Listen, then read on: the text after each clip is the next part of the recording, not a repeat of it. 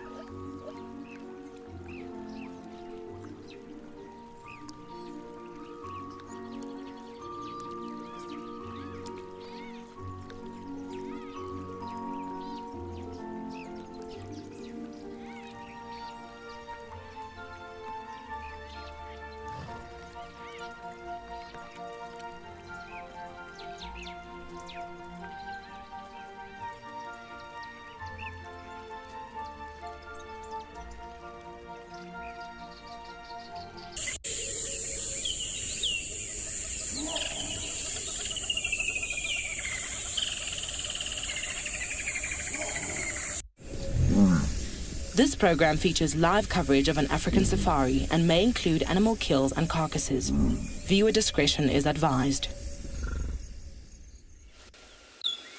Good morning, everyone. We're out here on quarantine having a bit of a listen at all the birds and seeing the wonderful antelope out here.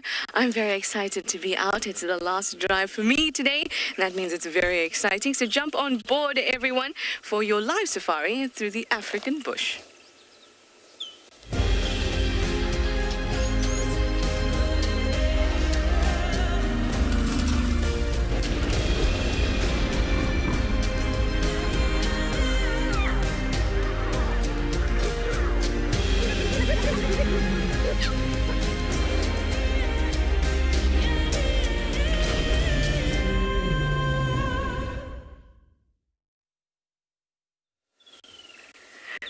Good morning.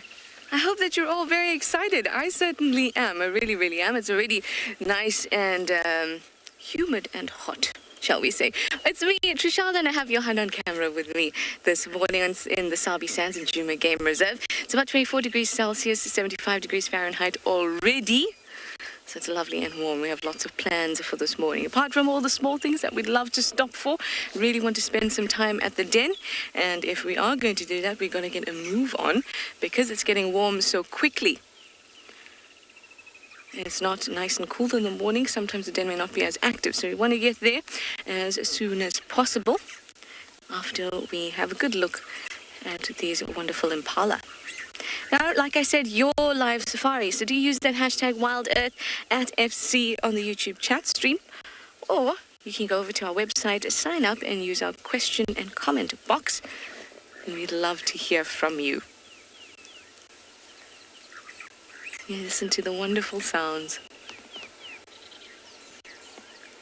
Now, the sky is blue. There's not too many troublesome clouds, at least not ahead of us. Behind us, a little bit thicker. But we may expect some rain later this afternoon. Ooh, sweaty already. So like I said, doesn't it feel like the year is just suddenly wrapping up very quickly? I think I'm just going to move and talk so we can get down to the hyena den. Feels like the year is wrapping up so quickly, and this morning I've said cheers and all the best to Tristan and Theo until next year, and I'm excited for this last day of drives. Who knows what we could find? Anyway, let me send you over to Deirdre at Swalu to say good morning, and I'm going to go to the den.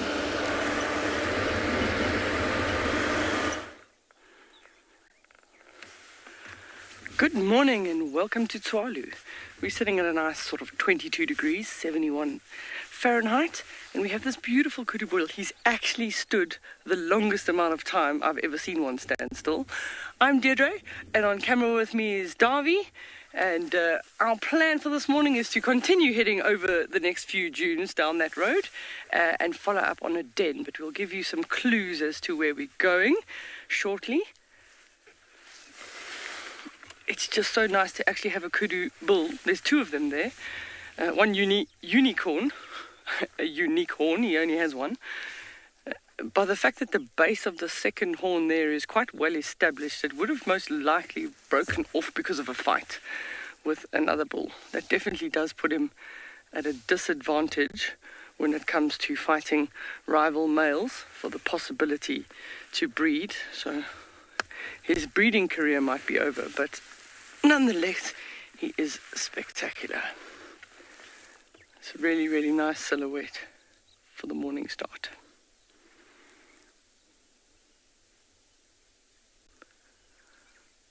It's still very quiet at Tswalu. There's only a couple of birds calling. The sun hasn't come up over the horizon just yet. Laura, you're saying that is one very big kudu bull. We are very lucky in Tswalu in that we do tend to get very, very large ones. This one, relative to some of the others we've been seeing, is not as big as, but you just look at the size of that neck. As they get older and more mature, that neck just expands, and that just really helps them with those muscles holding up those horns. Those horns, it's no mean feat. Those horns are quite heavy. They're probably weighing a couple of kilograms each on either side, and remember that there's like a bone going on the inside of that keratin sheath, so they're actually relatively heavy. So having a nice strong neck like he has definitely does help them when they want to fight. I'm just amazed that they've actually stood for that long, Darby. It's quite unusual. And they're not that far away. He's probably only about 50 meters away, just on the top of the dune crest. He's got a really, really prime position to catch the first rays of the morning light in a couple of minutes. Just so, I think that they're one of the most majestic with that set of horns. We talk about them fighting, and what's quite unique with the spiral of the kudu's horn is that if you look at the tip of the horn and you come straight down, it goes almost straight to the eye, so they can see exactly where they're fighting or where the end of their horn is. We're going to send you across to Dev at Pinder for his morning, and we're going to carry on following up on that den.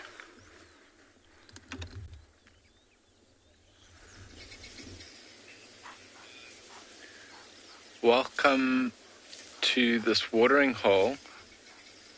We came back to have a look and see if there were any changes from last night, and we found this herd of buffalo here, They've been joined by some zebra, and there are a couple warthog around as well. My name's Devon, and behind the camera this morning we've got Glenn, and we've come to have a look and see if we can find those cheetah that we saw here yesterday afternoon. They were just on the left-hand side over here, and I was just saying to Glenn now, they had to very patiently wait for a drink of water, and then decided to push in on a couple of buffalo who were still waiting around, and I'm quite glad they did, because these buffalo are still here, and no real gap for them to drink overnight. Otherwise, it was probably quite busy here all of last night. We saw that one black rhino come in. I'm sure there were many other visitors yesterday evening. Some beautiful bird calls that we can hear from here this morning.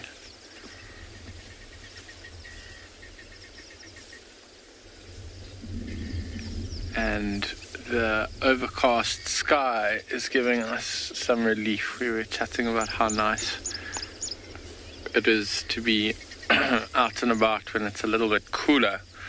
Yesterday was an absolute cooker here. These buffalo are still... There's a small little one having a look now. Buffalo need to drink a lot of water when it gets warm, so not surprising actually that we came back and found these buffalo still here. And we also chatted about how worn the grass was in this area. So again, not surprising that there are lots of animals around here.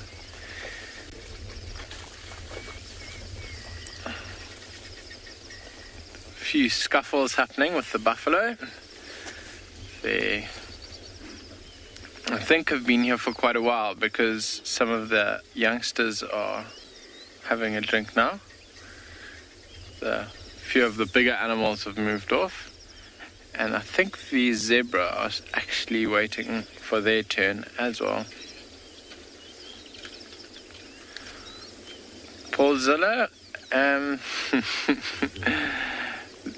zebras always wag their tails, so I'd like to think it's because they're always happy, but what it actually does is it helps keep the flies away.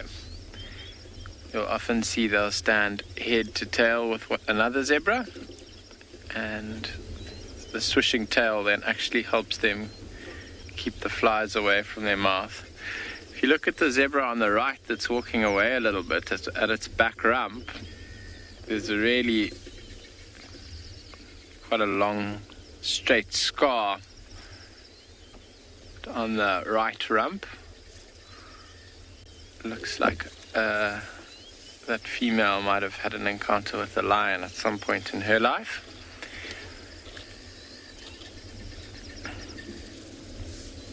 Those cheetah that we were looking for are not big enough to take down a zebra. We are going to move off from here and carry on looking for those cheetah. I heard some alarm calls off to the side now, so that's good news.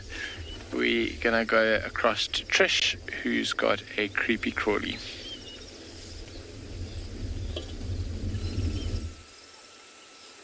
Hearing alarm calls is always good news, especially at this time of the morning.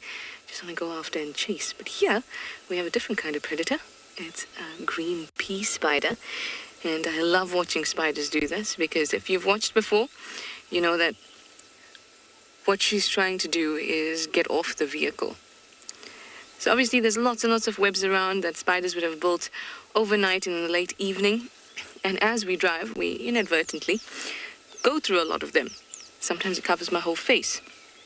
So this one was a stowaway from one of the webs we went through, and then I put it on the dash so she can balloon or parachute. What that means is that she's standing here with head to the ground and abdomen up, given up a little bit, So she let a little bit of silk off through the abdomen, hoping that the breeze would catch it. But it hasn't done that. Now she's gathering it all up, and she'll consume it. Hopefully she will be able to see her consume it. And then maybe she'll try again. Can you see that fine thread? Oh, that's amazing. We went from seeing no silk at all, and when she started to gather it, you could see the silk very clearly.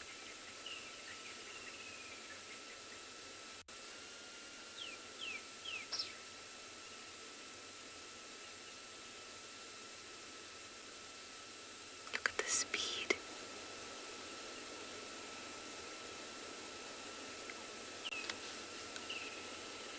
Wow, like a machine. Like a machine. Isn't life just the greatest machine? Everything works with such coordination.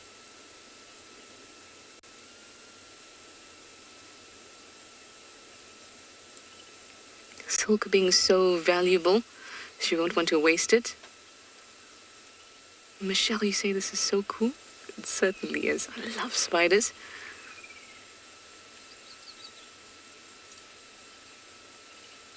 The opportunity to watch them carefully is not one we get often because they're quick.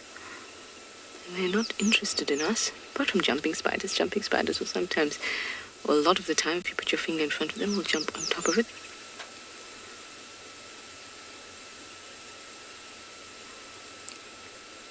So what I'd expected to do is to consume the silk and not waste it.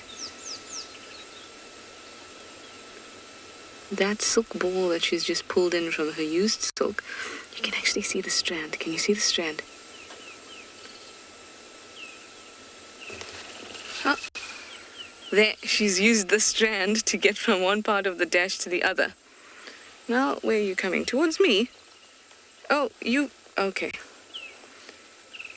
She's used it to get onto my cap. Can't see it? Alright, hey, Spidey. Can't get onto my cap, can't go anywhere.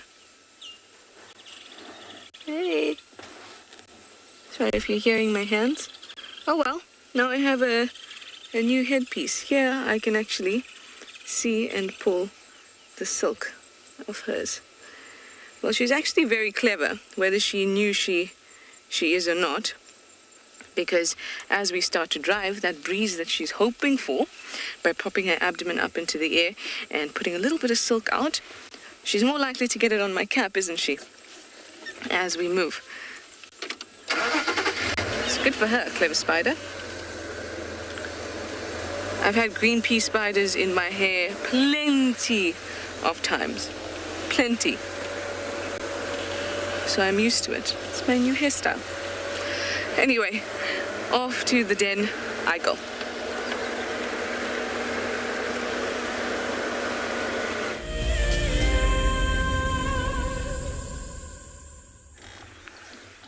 How could we not stop at that? The sunrise is just coming up behind them. The birds are waking up. Just an amazing. Take a few minutes just to absorb that.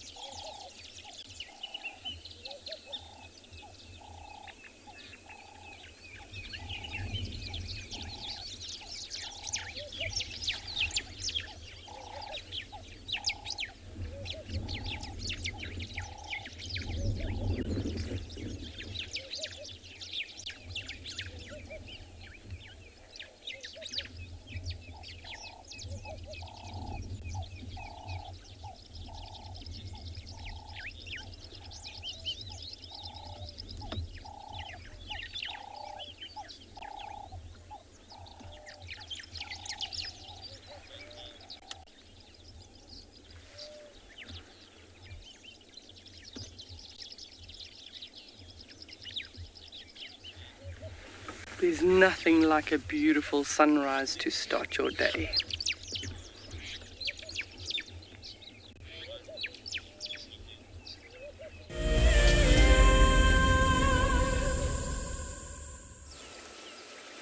We're here at the den, guys. Lots of things happening. I will tell you there is a kill, so if you're sensitive, you might want to look away. The cubs have it at the moment. It's an impala lamb.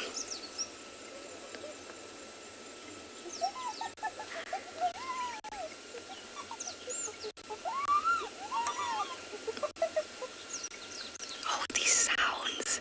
Phenomenal. We have Ribbon and Heart here.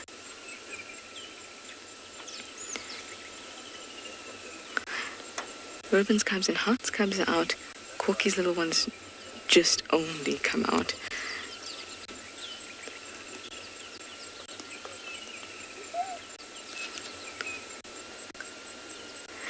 They would have hunted this lamb.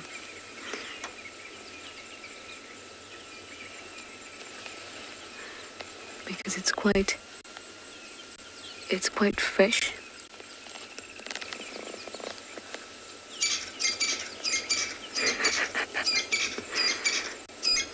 Crested Franklin star strikes again.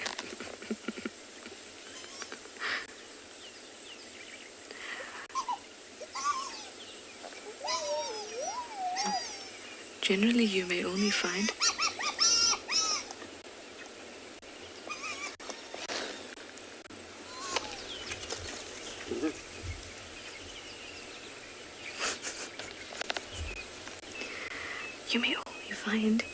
generally that the matriarch will bring food back to the den for her cubs at the exclusion of others. That's Heart's cubs got it. Starts one.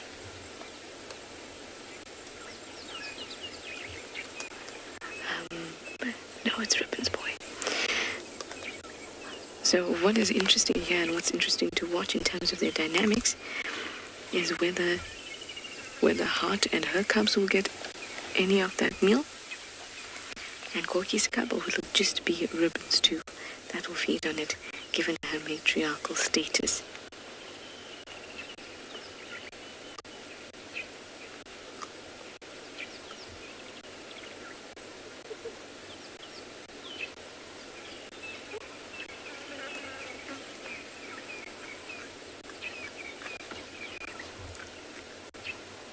As a peacock walking around with that kill. Wheelie gull, you say they're getting so big, aren't they? They're growing so strong.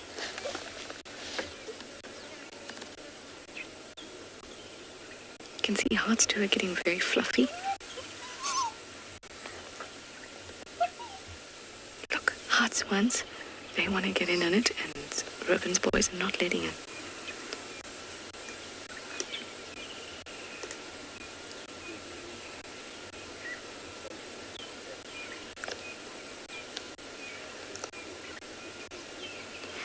It'll be a good kind of explanation or understanding rather of how strong their teeth are at the moment, because I know the adults can crush through the skull very easily of a grown impala, not a lamb. A lamb that's just peanuts for the adults. Let's see if the cubs manage to get through the skull. It'll be a great indication of their strength.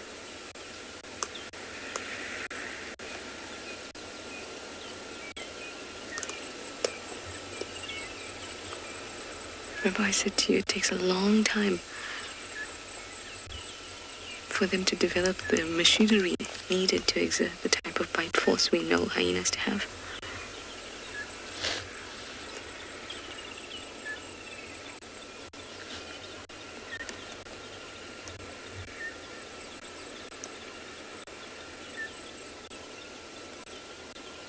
So let's see what they can do with this carcass.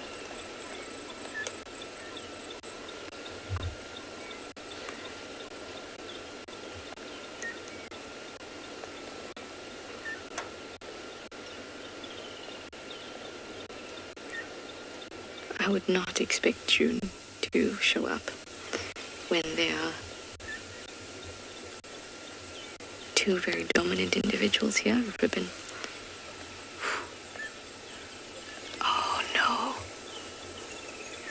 That's a steenbok. That's not an impala lamb.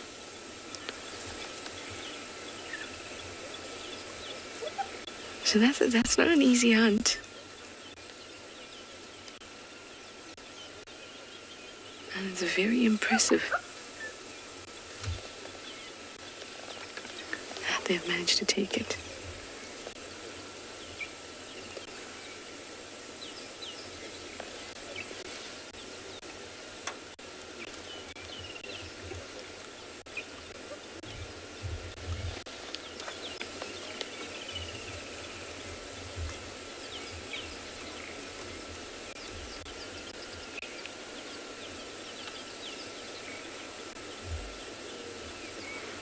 Cheryl, you'd like to know whose cub is older, Hearts or Corkies? From their appearance, Hearts' cub seem to be about a month older than Corky's cub, but we saw Corky's cub first. It appears that it was sometime in July that we saw Corky's cub for the first time.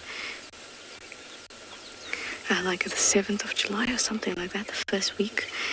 And we saw Hearts' cub at the end of July. But that does not mean that Corky's cub is older than Hearts' cubs. Clearly, she's younger than them.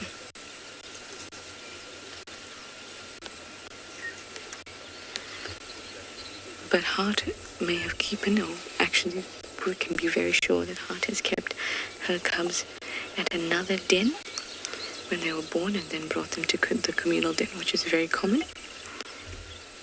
But Corky seems to have given birth to her cub in this den. That's why we saw it so early on. Hyenas are known to bring their cubs to the clan or communal den if they're low-ranking individuals as early as 1 week. And you know that this little one is full of courage, she's got a lot of personality. And I feel like she's developed a lot quicker socially than the other cubs have, even though she's tiny. That being said, she doesn't look like a 5-month-old cub, Hearts' cubs look like they're about 5 or 6 months. But she is a little bit smaller. But just like children, mammals have different rates at which they develop. And even though she may be smaller, Corky's cub, I think that socially she's doing exceptionally well. So we saw both of Hearts and Corky's cub, Hearts' cubs and Corky's cub in the same month. But I'm sure Corky's cub is Hearts' cubs are at least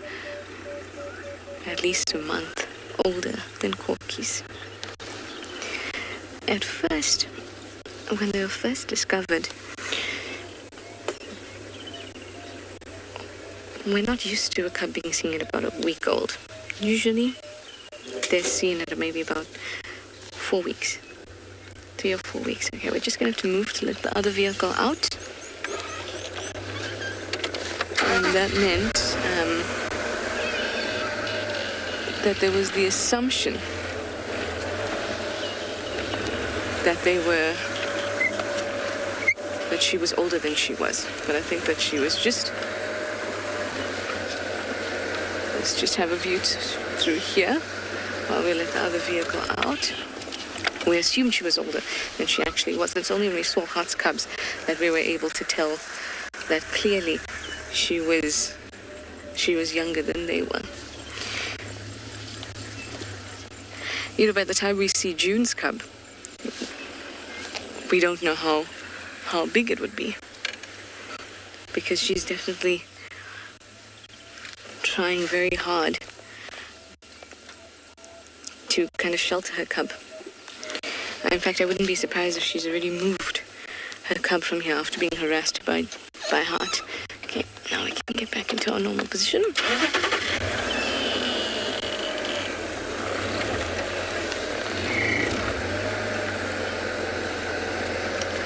She wasn't harassed by Heart's cub, she was harassed by Heart. Did I say Heart's cub? I meant Heart.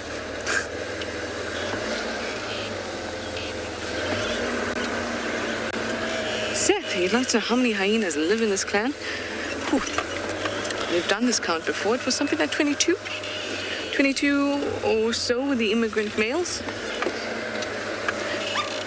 But in the clan, that's about the right number. In this den, there are 5 cubs, possibly 6, but I suspect that June has moved her cub.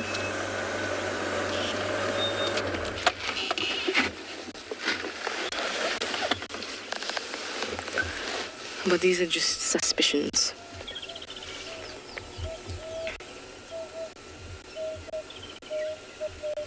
So I said that if they can get through the skull of an impala lamb, that would be a good indication of their strength at the moment. It would be even a greater indication now that I know that it's a steenbokkie, not an impala lamb. If they can get through the skull of the steenbok, that would be impressive.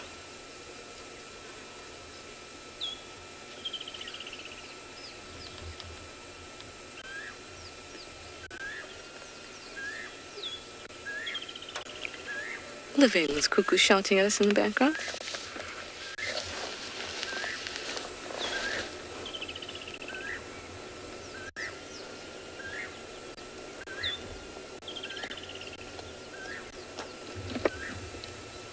Michael, you say mornings like these are so rewarding, and you would enjoy a morning like this, especially to see them with a kill, and it doesn't look scavenged. And so often when we see them with a kill, there's this automatic assumption that, oh, who have they stole it from today? Whose morning have they ruined? But the freshness, so much intact of the steenbok, especially as soon as we got you, that I'm quite sure that they made this kill. It's very, very rewarding, like you said, to spend time with them and see these interactions, and also know that we can we can show everybody that, you know, they hunt. What went on there?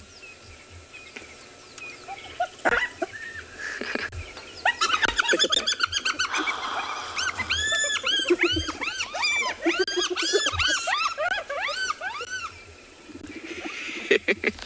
Do you know what just happened there? Hearts one stole that kill. Ribbon's 2 boys went crazy. Ribbon came running too. This is what it's about. These type of interactions.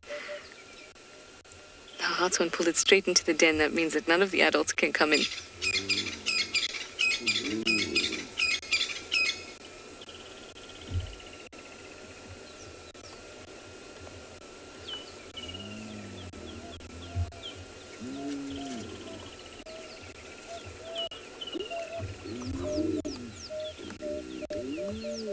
Too interesting. Gorgeous sounds going on here at the den, and so much action. Well, for now, I'm going to send you over to Deirdre because she's got some action of her own.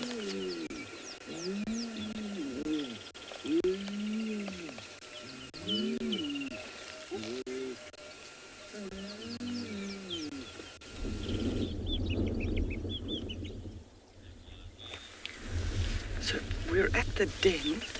You're at Tswalu, and that is a bat-eared fox. We haven't seen any of the pups yet, but we've been given very good information that they're actually really small. So I'm just keeping very quiet, and Davy and I are moving very limited. Oh, I was going to say it's very windy, so she might be a little bit hesitant. Look at those big ears. So we know she's got at least 2 hidden somewhere in a hole here, but we don't see any of the pups at this stage. I don't think the wind's in our favor there.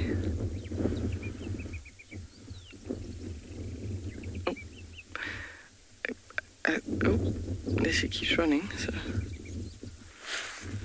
just tell me if you need me to back up, Darby. Okay, let me give it a try. So the sun has literally just come up over the dune, so she was lying in the sun. There she goes. No, she's just gone behind the bushes. So that is a typical posture for bat-eared foxes. When they're lying down, they lie with their ears flat. They'll lie with the ears nice and flat, so they're not exposing them to any potential temperature or heat loss, but also it breaks up the silhouette, so it actually makes them look like a stone. Very, very often you'll drive past them and you don't even see them until they actually dash off like that one did, and that's when you see them. If they don't move, you'll drive past them. So it is a little bit windy. That might be why she's left the pups in the den. But in the early morning, they are nocturnal animals, but in the early morning at a den site, they might come out to enjoy the sun a little bit, maybe even she suckles them above the ground. But she's gone, so the chances of the pups coming out now are probably quite slim. So we'll have to give it a bash tomorrow morning. There's a very limited window in the mornings to actually get to the dens, because they don't stay outside for too long in the summer mornings, because it's going to start getting very hot very quickly. So we'll just keep coming. We'll just see if we can get you another den update. But I don't see anything at this stage. It's actually quite windy in this particular dune street. You can see how the eland beans are waving quite vigorously. And that does affect animals, especially their sense of smell, as well as what they're hearing around them. Bat-eared foxes with those very large ears will be very, very sensitive to that.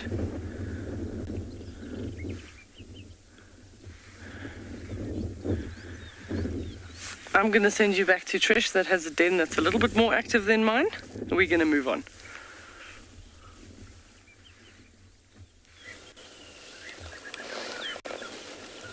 Carcass was dragged into the den, and now all the action is happening inside. You can still hear a few squeals and things like that. Can you hear that?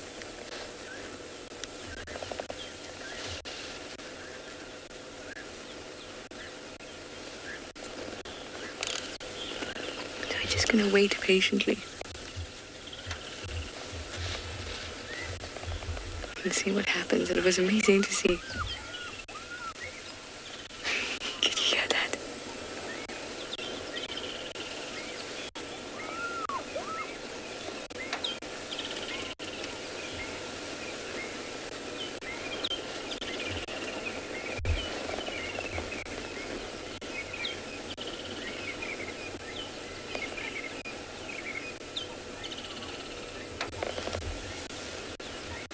We saw a proper assertion of dominance there, and an example of who's entitled to what. As soon as Ruben's boys saw Hartshorn just grab that thing, it was crazy.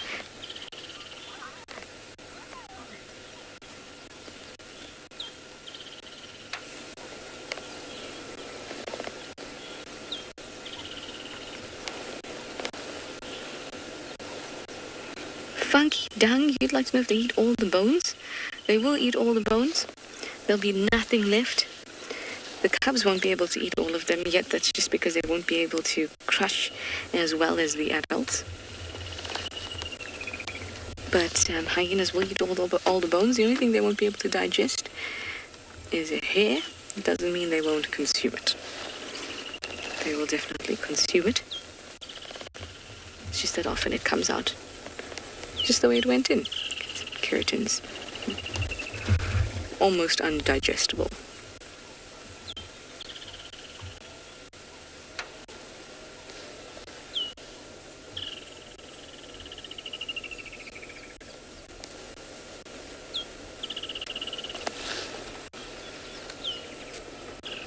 Everyone's looking very well fed, I must say.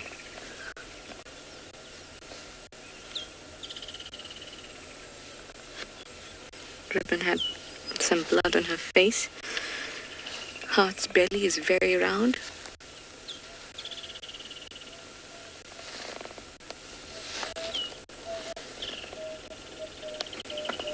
Can't wait to have a cub emerge. See what's left over. Things seems to have quietened down though in there.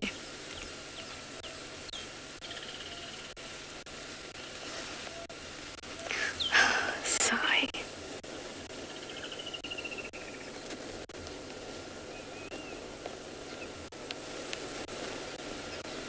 So we're hearing some light squeals, but the party's definitely moved in there for now.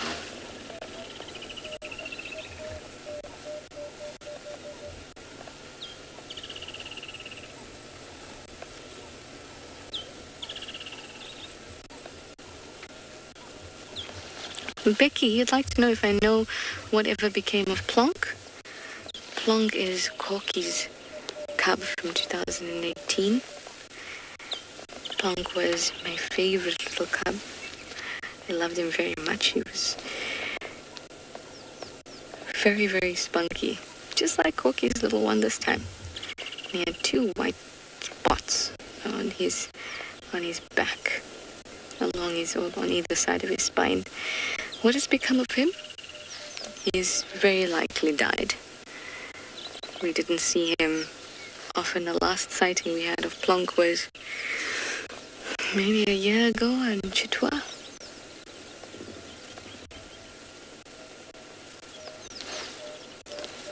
So he's very likely died. He was not old enough to have dispersed at that time.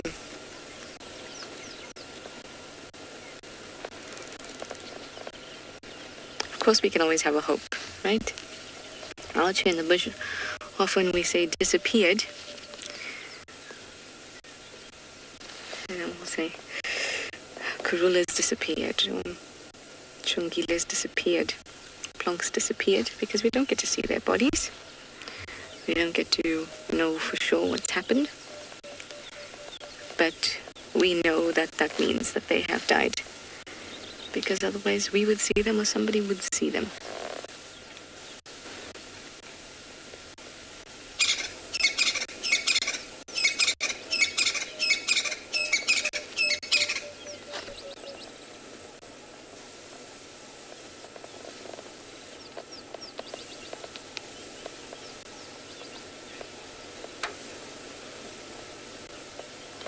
Tato, that's an excellent question. You'd like to know if hyenas are more closely related to cats than dogs? Yes, they are. Hyenas are what we call feliforms.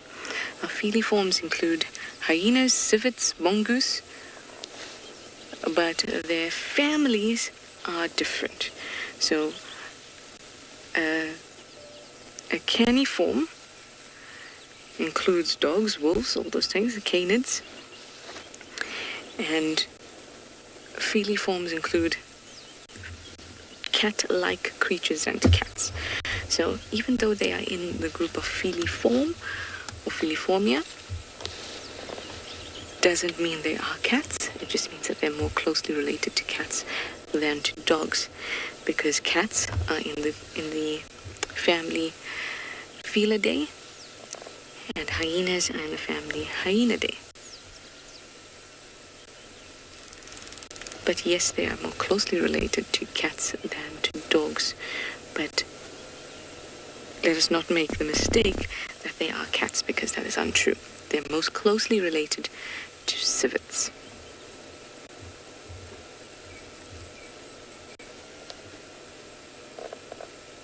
At least from a lineage point of view. Despite their appearance. Hello, girl. Giving me a nice stare.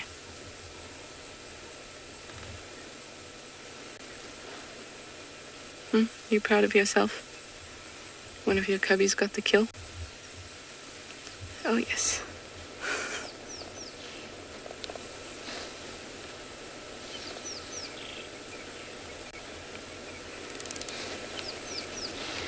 I'm gonna wait and see if our 5 little friends come out again. I'm gonna send you over to Dev, who's got a bird of prey.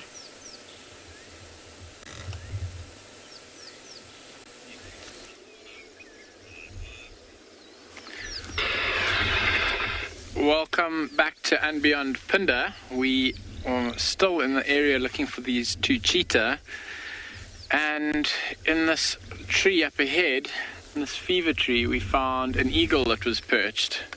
So from where we are sitting now, we can see a very distinctive long tail, which drops down quite dark. The head's actually quite light, but for the most part, this bird's overall brown. And from, I suppose, for you, a little bit harder to make a judge on size, but for us, we can see the size quite clearly here. And I think this is a Wahlberg's eagle. It's quite small. There's a few eagles that are quite similar in this area in terms of color and shape. So we also get tawny eagles, which come in a variety of different colors. Or should I say a variety of different browns, which makes things quite complicated. And then all the juveniles of other big eagles also complicate things a little bit. But the Wahlbergs have got a distinctively long barred tail, and they come in often a light color morph, so quite pale on the head, pale on the chest, or a normal kind of more generic brown. I think this one is sitting with its back facing us now, but I have a feeling the front side of it is a little bit lighter than darker. And then if we pan across to the left, to this other fever tree, we can see a nest up in just below the canopy of the tree. And if you look at that nest a little bit closer, you can see very large twigs have been used to build the nest, but it's not actually such a big nest. So I think that's the nest of this eagle that's sitting across the way here. They are migratory birds, so they spend summers down in South Africa here, and they move within Africa, and will often go and head up, kind of going north of the equator to spend our winter months up that side. And in terms of food, because they're smaller, they won't take on massive prey, but they will prey on things like reptiles, birds, and probably some small mammals. So maybe everything smaller than a scrub hare would work for these Wahlberg's eagles. They really are quite magnificent birds, though. We see them slope soaring and riding on thermals around here quite a lot. Obviously at the moment now, with the over clouds, we've got overcast, that's the word I'm looking for. The overcastness of the morning. There aren't too many thermals, but as the sun comes out and starts heating up the surface of the earth, it'll heat it up quite unevenly on a very micro level. And you get these pockets of rising warm air that the eagles will ride, and many other birds as well, actually. But when we see, I think vultures are most well known for it, those spiraling birds rising, that's all riding on thermals.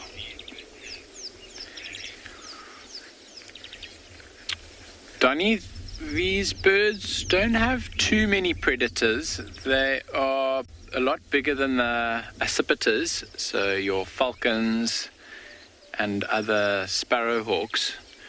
So they're not really a threat of being hunted by birds that hunt other birds. And a funny thing in the bird world is the slightly smaller birds seem to harass the more bigger birds. So, for example, you'll see Wahlberg's eagles chasing maybe a martial eagle or something out of their territory. I saw that happening a couple of weeks ago, not too far from here. There was a martial eagle flying by, which is a massive bird, biggest eagle in southern Africa. And the two Wahlbergs pair in that area were busy bombing it and chasing it out. So the bigger eagles aren't going to give these birds any hassles either. What they might struggle with is snakes stealing eggs. So if they've got eggs on their nest and they're incubating, they might have snakes coming up And the Endangered Wildlife Trust shared a video not too long ago of a martial eagle nest as well, actually, in the Kruger National Park, that had a honey badger, wait for it, climb the tree. Now, martial eagles nest in generally the largest tree of an area and right at the top. So they don't nest under the canopy like this Wahlberg's nests. They nest in the branches on the top, in the leaf. And this honey badger, they had a camera trap on the nest, so this is how they know it happened. They got the footage afterwards. Climbed all the way up the tree onto the nest where a female was sitting and incubating eggs, and killed the female, ate her and ate the eggs, and then climbed down.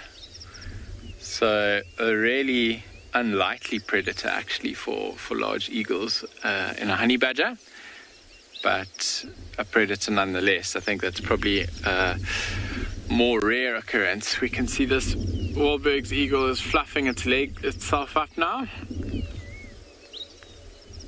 You can see he's starting to preen. They'll start straightening out their feathers. So it would have spent probably the night roosting in this tree over here. And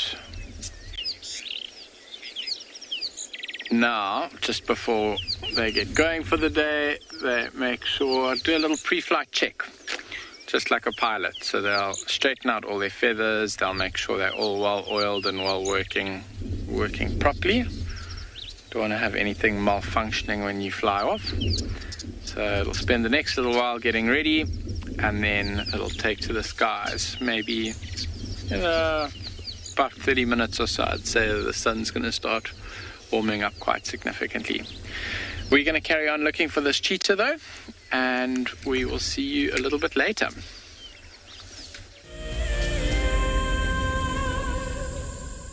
There's a grounding earthiness to this place that we feel in our ancestors. It's a place where, believe it or not, we evolved as a human species, and anyone who's come to Africa will understand that.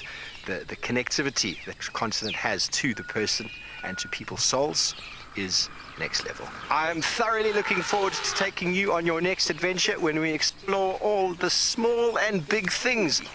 Catch up with the guides daily here on Wild Earth. An ever-increasing part of the global population is losing its connection with nature. Wild Earth is here to reduce people's stress and anxiety, allowing you to escape into nature even just for a few hours a day. However, Wild Earth is expensive to run, and we need help from you to keep this ship going. Wild Earth Explorers gives you the opportunity to be part of a program that supports the sharing of nature with the world. My name is James Hendry, and I work here at Djuma Private Game Reserve in the Sabi Sands on the western fringes of the Greater Kruger National Park. My favorite part of getting questions from viewers is that we get to have long and varied discussions about all sorts of different aspects of nature. Because our audience comes from all over the world, it's very special to have different perspectives from everywhere. If you want to submit a question on Wild Earth, you need to register on our website. Once registered, go to the Live Safari page and submit your question beneath the live feed. Have you been watching Wild Earth and dreamt of being right there on safari with one of the guides? Well, now you can. Wild Earth is offering you a chance to buy a ticket to dream. You or a friend can hop on board a live Wild Earth show and join our guide on safari. The ticket is redeemable at any of our locations, anytime in the future. Only a limited number of tickets are available, so don't wait. Get your ticket now and start dreaming. Terms and conditions apply.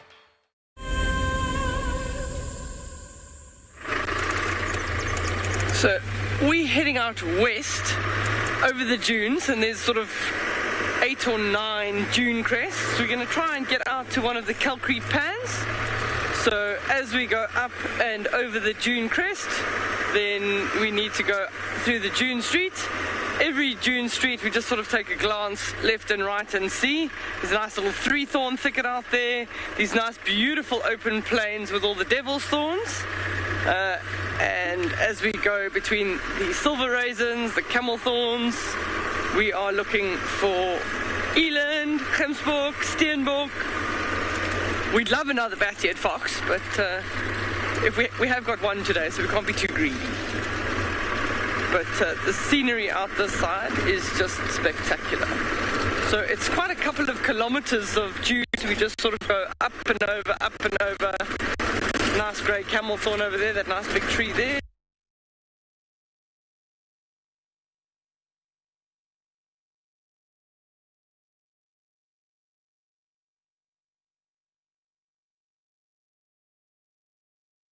We've got... Sorry about that, guys. I'm sure we'll get Deirdre and Swallow back in no time. It's awesome that she's taking you on a drive through those dunes. They really are magnificent. Such a beautiful landscape. And so different to ours. That's why having all these different locations is such an experience. Such a well-rounded experience of the different types of ecosystems we get here in South Africa. As much as I love Swallow, because it is beautiful, or the Kalahari, Bushveld is still my favorite, not abbreviated words here.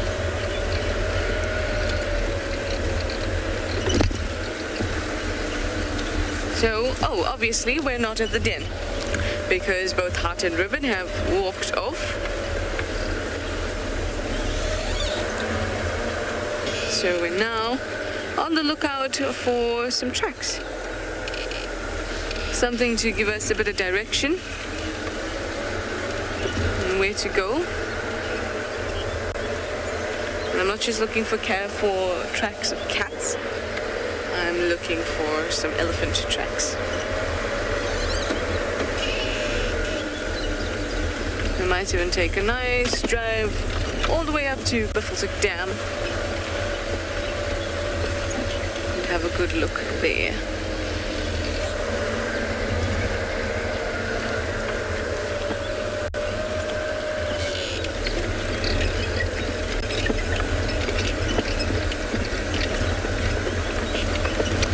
Kendra, you'd like to know if there's a larger wild dog population than hyenas in Djuma? The short answer is no, but also that there's a little bit of elaboration that needs to happen there, is that there aren't any wild dogs that live on Djuma. Wild dogs have home ranges that are... Ooh, another spider web. Johan is caught, everyone! They have a large home range, not a territory, wild dogs. And within southern Africa, there's only about 500 to 700 wild dogs. And in Africa, maybe only a couple thousand, 5,000, a rough estimate. And that's across Africa. Hyenas population, the hyena population is not of concern, according to the ICUN or even CITES. Is not of a concern. It's a large population. So on Djuma, we have the Djuma clan. Our next closest clan of hyenas is the Elephant Plains clan in the west. So there are a lot of hyenas that live on Djuma, i.e. consider Djuma or this whole Gowrie area to be their territory. Wild dogs don't do that. The packs that we see here are Open Pack, Sands Pack, Pungwe Pack. They're not from Djuma. They're moving through Djuma, and Djuma is part of their home range. So in terms of population, there are far more hyenas than there are wild dogs, which is why wild dogs are such a priority in conservation. But also the question needs to be adjusted just a little bit, because none of the wild dogs call Djuma home. Even when they've been denning, at least for as long as I've been here, they haven't been denning on Djuma. But I know exactly why you're asking that question. And that's because we see a lot of wild dogs. And that is nothing except really good luck. Sometimes when we see these dogs with the frequency of the sightings that we do, I sometimes have to tell myself, how on earth am I meant to convince people that this is a declining population, this is a species that is really in a lot of danger, and there's so few numbers of them in South Africa? How am I meant to convince people that that's true when we see them so often?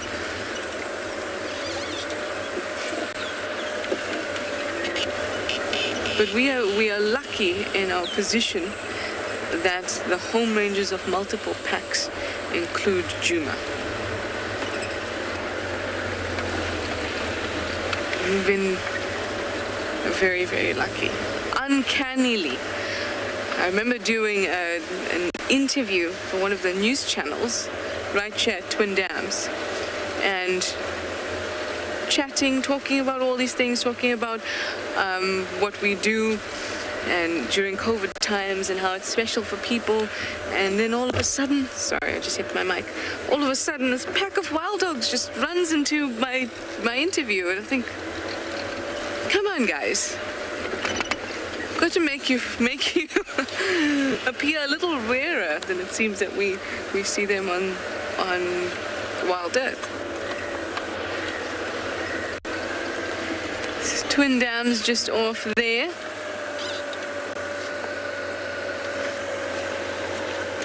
But not much is happening at this waterhole. So we're going to take a dip into the Mulwati, and I'm going to send you to a different waterhole where hopefully there's some things happening.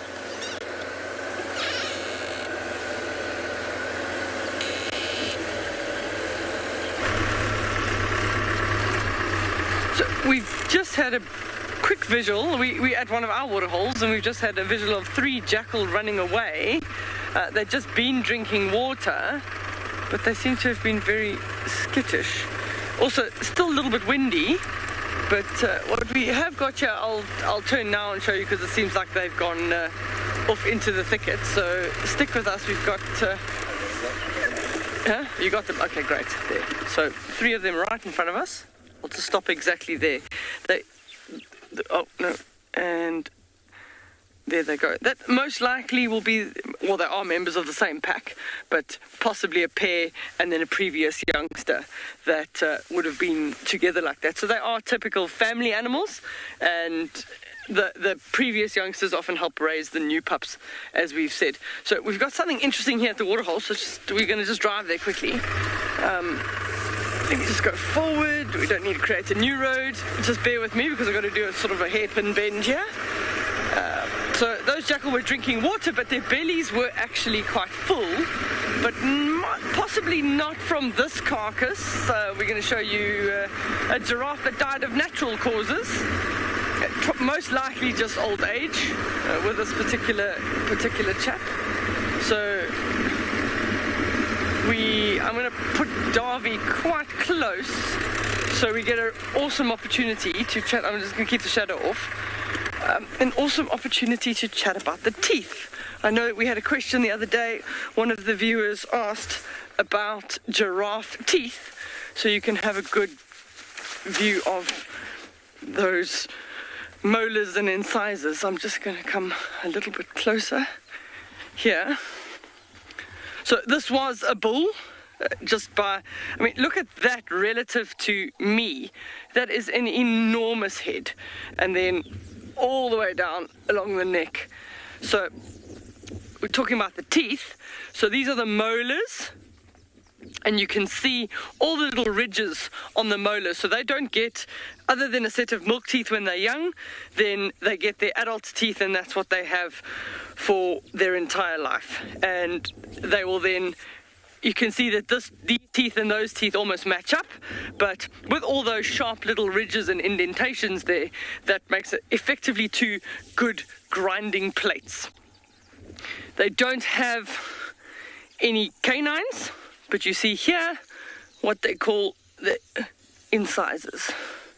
So nothing on the top jaw, everything on the bottom, so they will use their lips to crop off the leaves with their teeth, as well as using their tongue. So actually, 2, 3 here. The book the other day said three incisors, but there's actually 4 here. And then you can't really see, but inside their cheeks, all of those strong muscles that will help grind the food down. And then over time, we were talking yesterday about dung beetles that actually feed on beetles. They almost look like dung beetles. I'm going to come here, and I'm just going to show you along the neck here, then Darby can pan on them. But these are skin beetles, so they actually decompose the skin. They'll eat the hair. If it's rained and the skin gets a little bit soft, it's a little bit easier for them to eat. So things don't decompose quickly here. The vultures didn't find this, and if the vultures come when it's 2, 3, 4 days late, the skin is already like a hard leather. So even vultures with their strong beak will actually battle to consume the skin. Just go around here. There's all sorts of little beetles here that are actually consuming either the hair or the skin. So it's difficult to say the condition of the animal because it's lost all of its moisture, but if you looked at the hip bone area and stuff, you would say that it was quite likely an old bull. Even on that sort of bony deposit on the skull is quite old. I'm just seeing what else. So I don't know if you can see this one, Darby. You can actually see the hooves, even the keratin gets eaten by beetles, certain types of beetles. So all the other hooves have been eaten off already, and these are the only 2 that are left. So there's always something for somebody. Don't forget to send us your questions on #WildEarth and write at FC in the front, and we can see if we can answer any of those. Sure. I mean, just if I pace out his legs, it's 1, 2, 3, 4, 5. So Sonia's asking how long this carcass has been here. I've just paced him out at just over 5 meters in height. This carcass has been here for probably about 6 weeks. So all the internal, we're not on if I move the vehicle, we can look inside the cavity, but the hyenas have managed to get in there and they've eaten all the organs and all of that, but haven't managed to get to any of the sort of what would have been muscle on the shoulders. So they might have found it quite late when it was already starting to get quite hard. But it's just sensational to see the number of insects and the activity. All of them, there's little pupas, there's eggs, there's everything going here. So Kim is asking how old I think he was, and you often use the teeth to tell you how old an animal is. Giraffe living to about 23 years or so, based on his size. He's well over 10.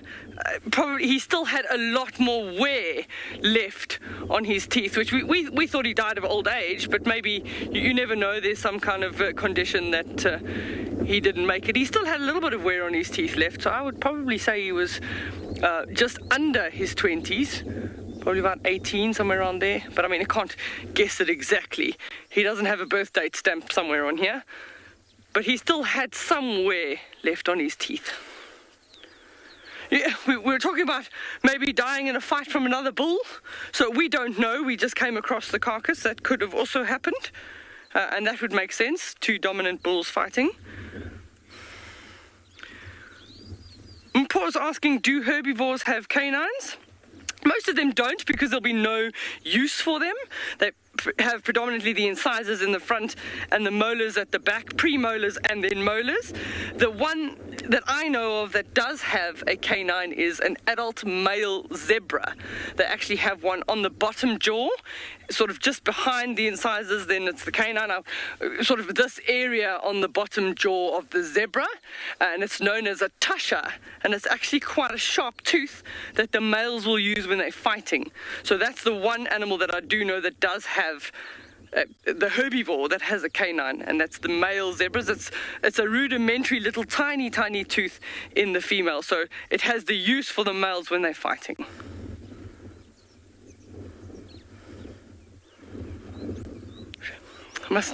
There's, definitely a little bit of a smell. At least it doesn't smell as bad as they normally do a day or two after they've died. So I'm going to send you over to Trish. That's got something interesting to show you. Rest in peace. That is so interesting. That is just up my alley to have a look at a carcass like that, because you learn so much firsthand. Here we're at the Wahlberg's Eagle's nest. Mum's in the nest, Dad's outside, and we're hoping that we'll get a glimpse of the little chick. At first when we drove past, I thought that was the chick inside, but after close inspection, it is Mum. Have a look at the eyes and the size. No ways did that chick grow so much in the last week. Not even week. A couple days. You'll see when she lifts her head fully up. So obviously the chick is in there.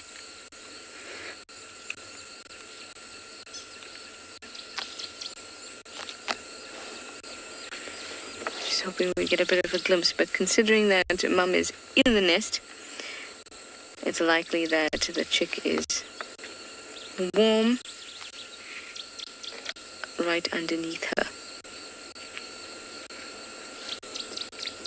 They were also calling earlier. Always amazing for me when you watch birds as they call, not just hear them.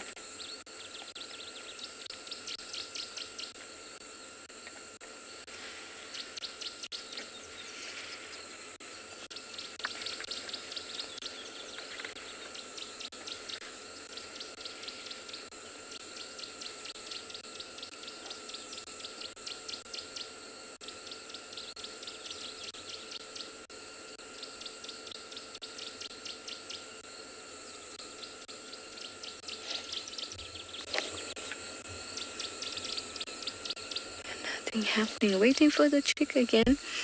There you can see, that's the Mum crest, well developed. The chick had a much smaller head, still quite downy, and quite a stout beak.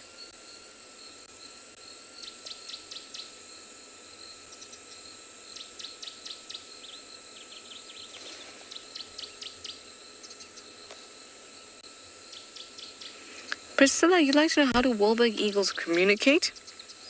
Well, Wahlberg's eagles, like any bird, in fact any animal, has a whole array of communication. It's not just vocal.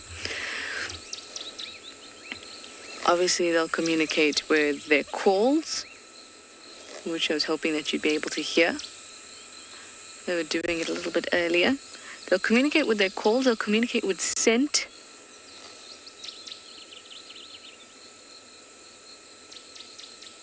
And a multitude of hormones that they will release at different times of the year.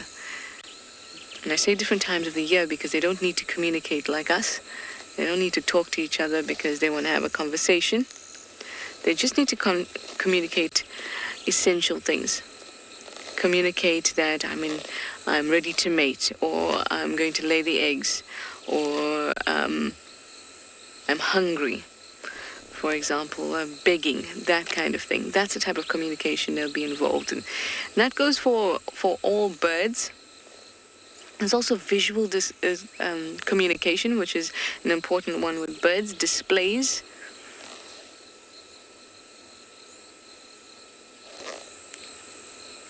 Doing special birdie dances. The Wahlberg's eagle doesn't really do that though. And also your coloration. Showing different colors. Now with birds of prey, there's less of a difference in the plumage. Are you looking at your chick? Can you get it to pop its head out? There's not as much of a difference in the color of the plumage. They pretty much look the same. Generally, females are larger.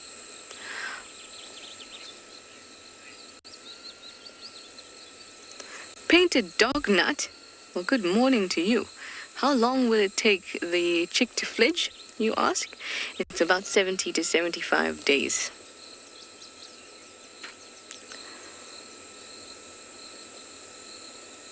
What I really enjoy about spending time at a bird's nest is that you start to learn things just so quickly because you're constantly now reading about them. So it's like, okay, I'll go home and I'll read a little bit more about the warbird eagle. I have the Robert's Bird app that I read a lot on as well. It's very, very, very helpful. And we all have it. And before you know it, you know all these things about them. The size, the wingspan, fledging period, without having to look it up. That's why I love spending time at a nest. You learn so much about the animal initially because you're reading, and then all of a sudden it becomes knowledge that is well ingrained in you.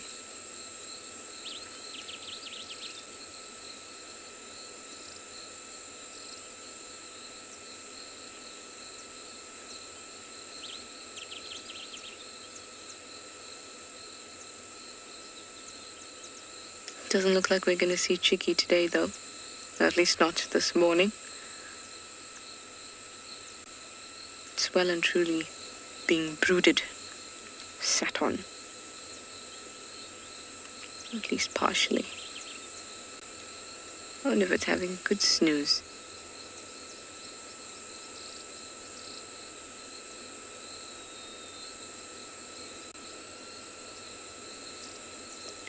Staring right at us.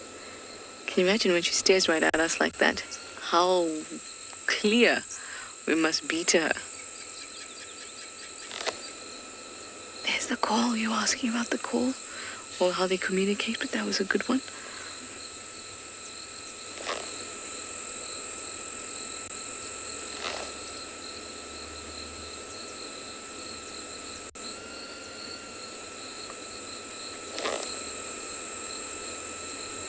She keeps looking down, so I was hoping that maybe the chick will be moving, popping its head out.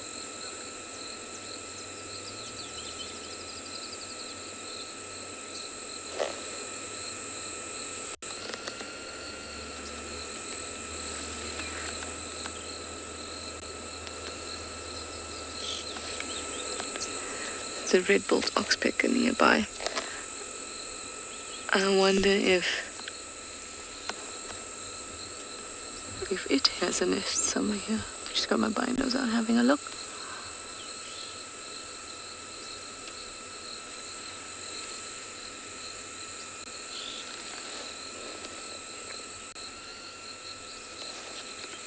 Dizzy, you say definitely the eyes of a predator? Absolutely. Eagle eyes at that. She'll be able to focus on things that are close to her as well as far away. As if she's got a macro lens embedded into her eye as well as just a normal lens. So she'll be able to have the same amount of focus for something very close and very far.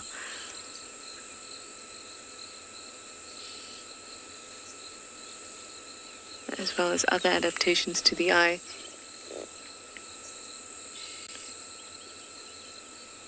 So the reason that she can do that, have a sharp view, whether it's close or far, an object, is because she's got two fovea in each eye. Fovea is a concentration of cells in the retina where your image is sharpest. So we and other mammals have one fovea. So she has two fovea, which means that the crispness of her vision, the clarity of it, there's two very clear points, and one of those points is very close and one is very far. So she can see well, crystal clear well, at two distances. Apart from that, she's got a pectin in her eye. A pectin is a collection of blood vessels, so that the blood vessels are not shadowing on the retina as they would for us. You know, sometimes if you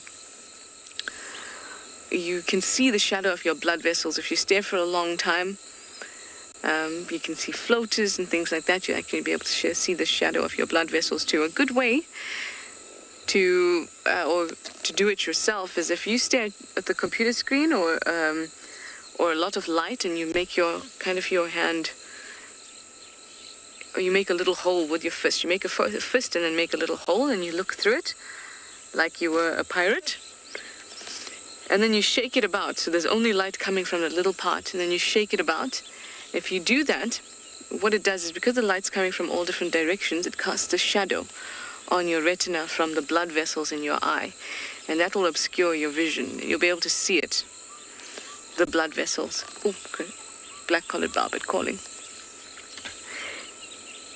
And that's because our blood vessels are spread throughout our eye, but for her and other birds, they have a pectin, which is a collection of blood vessels that are not along their retina, so they don't cast shadows.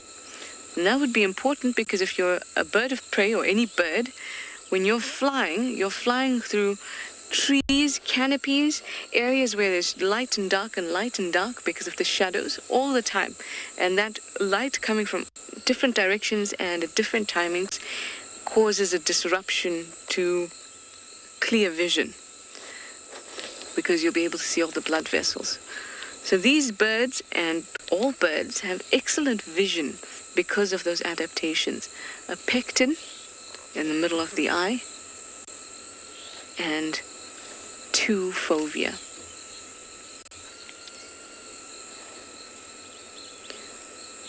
And that little lecture about her eyes has put her to sleep. So we're going to keep on moving through the Mowati and see what other little gifts we can find.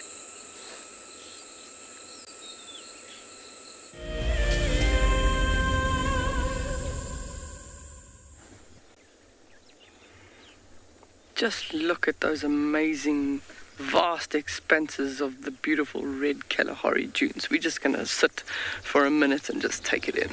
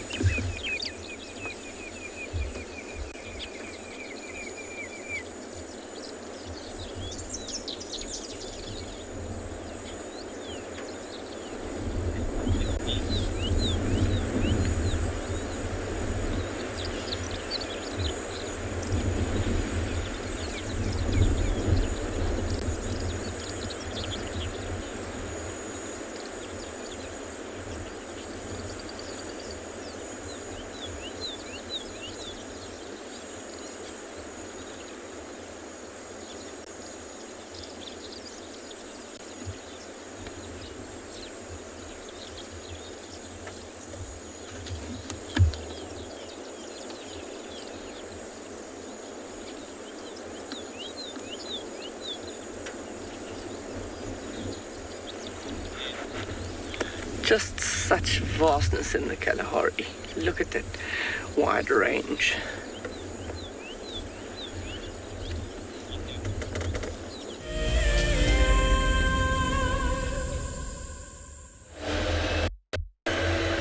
So now we take a river cruise, just enjoying the lovely sights, sounds.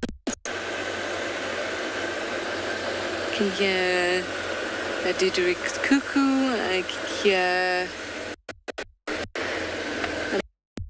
a barbet, chinspot bats.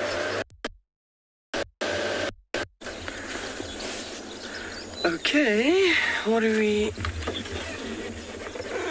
Look at the beautiful sand dunes. So we're still heading out west. We've been over about at least 6-7 dunes. We're almost getting to the Kalkriet Pan, but we've got to take that little 2-track up and over that dune there, and you can actually see the beautiful red sand across the top and these amazing terminalias. So I'm going to have a look here. Are we able to go this way, Darby? Yeah.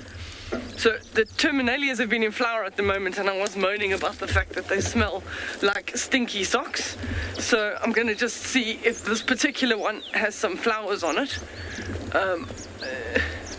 No. But I did see, what did I see earlier? Oh, there's a nice little, looks like a purple verbena down there. But I'll bring you a, oops, I'm sliding down the sand dune here. It's like you need to put in 4x4. I wanted to try and find the silver tips of the terminalia. So this is a silver cluster leaf, and its scientific name is Terminalia sericea. So terminal meaning on the end of, and sericea meaning like a silky grey. Generally the edges or the terminals of the leaves are silky grey, but I'm not seeing anything that I can show you, and there's no silvery things. I want to just show you. So we're talking about the difference here in the Kalahari is that the silver cluster leaves are on the top of the dunes, whereas everywhere in the Lowveld they'll tell you that the silver cluster leaves are in the sea plines. So you're thinking, and they're saying it's based on water. But think about a dune being like a sponge, and you put that sponge in a bowl of water and it will just suck up all the water. It's exactly the same concept of a dune in the Kalahari. So the silver cluster leaves have put themselves in the best place to suck up the moisture. I'm trying to be, let's see, like,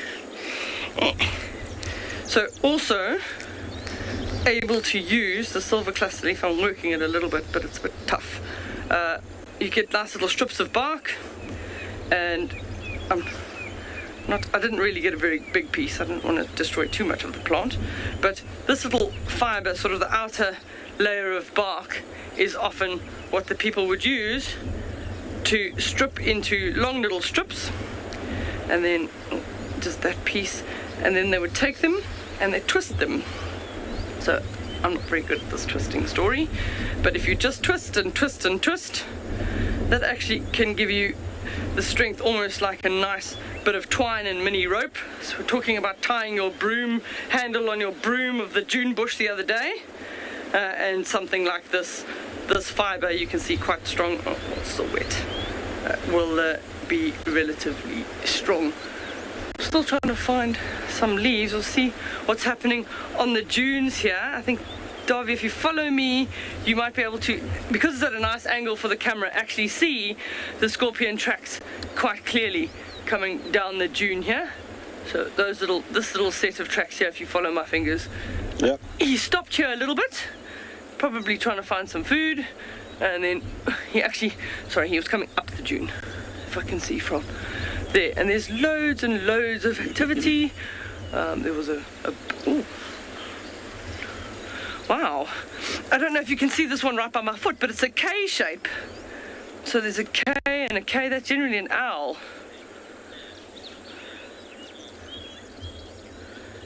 So Cooking Fat is asking if the red in the soil is from the iron. That's absolutely correct. It's the sort of the oxidation of the iron. We did this experiment, but I'll just make a nice scene for dog. It's so nice to just feel that, you know, when you just go to the beach and you just do this, sometimes even with your toes. Sometimes I take my shoes off and I wiggle them through the sand, just to get that nice feeling of like you're on the beach. Except in the Kalahari you've got to be careful, because there's single-horned adders that live under the ground, and scorpions and all sorts of insects and critters that you do have to be really careful of. But that is just such a nice feeling, don't you? Can you just imagine doing that right now? That soft sand running through your fingers. Oh, I'm going to have lots of things here. Oh. Darby, can you see here? There's some ants coming in and out. They're cleaning their den. Runaway Pancakes comments is that the Kalahari looks so green. We are incredibly grateful for the amount of rain that we've actually received. We're close on already half of the annual rainfall for the year. So it's gone green relatively early this year comparative to previous years. So, and absolutely lucky for us that it's going to be so green so early. And it's a good food source. I'm going to come here I don't know, can you come this way a little bit? I know there's a box, there's all sorts of things on the vehicle that are in the way, but we were talking about the owl track there, and it's so clear here, but I don't know if you can actually see. There's a K shape, and I can actually see the individual bulbs on the toes of the owl. And you sort of see it. Sort of see it, okay. So it landed here. You can see that it sort of shifted around. So most likely a spotted eagle owl. We get spotted eagle owl, barn owl, but based on the size, I would say a spotted eagle owl, and it would have landed here. They hunt a lot on the ground. So they sit on the ground and then they listen for the movement of rodents. With owls, they've got something quite unique in adaptation in that their ear holes are asymmetrical, so one sits slightly higher than the other. They're covered in feathers, so you don't see them. A common misconception is that those ear tufts on the top are actually their ears, but that's just feathers to break up the outline of the owl when it's sitting in a tree. So they actually just have holes on the side of their head, but they are asymmetrical, and that allows them to pick up sound from two different directions and almost pinpoint exactly where the food is. So that's what this owl would have done last night. Would have landed here, just sat to listen, and then orientate itself as to where the rodent or something was. They also, surprisingly enough, eat a lot of insects. You wouldn't expect owls to eat insects, but food is food. We're not going to be too fussy. And it moved to here and then stopped there. So probably from here flew, because there's no further tracks from there.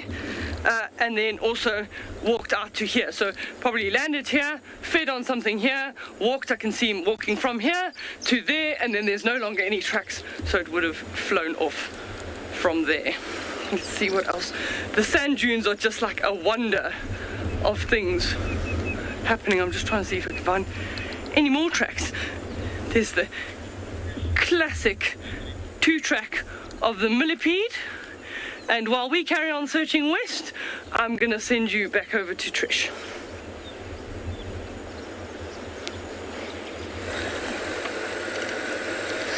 Those are great, great tracks. Those are the type of things that we don't often get to see, either because they're easily blown away or easily destroyed, or sometimes we can get so focused on something else and we forget about those little things.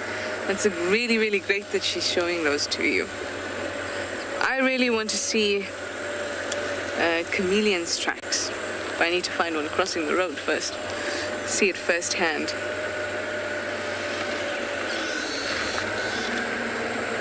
I keep seeing chameleons all over the place, but I'm not actually seeing them. It's just my eyes adjusting to my wants.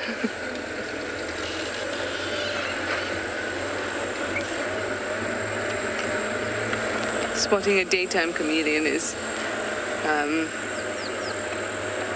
very difficult. It also makes you feel quite triumphant when you have. So we're on Vulture's Nest Road at the moment. Slowly making our way north towards Buffelshoek Dam.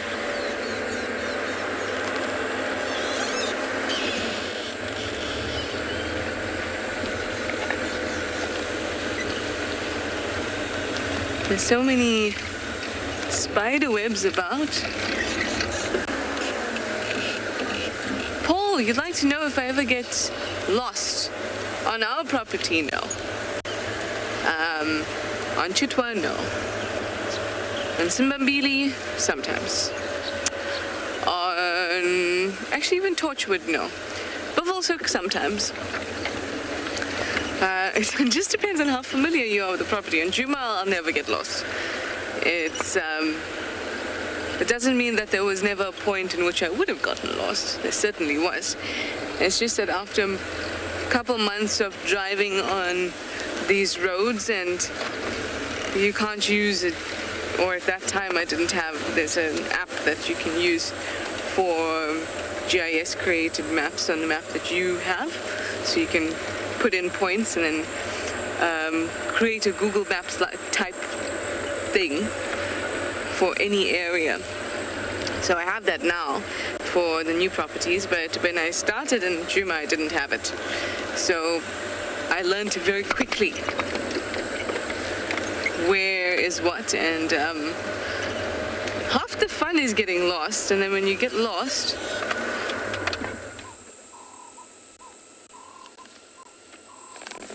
those are slender mongoose. We're never gonna catch it. I wonder if you saw it. It was missing part of its tail. Oh. Off it goes.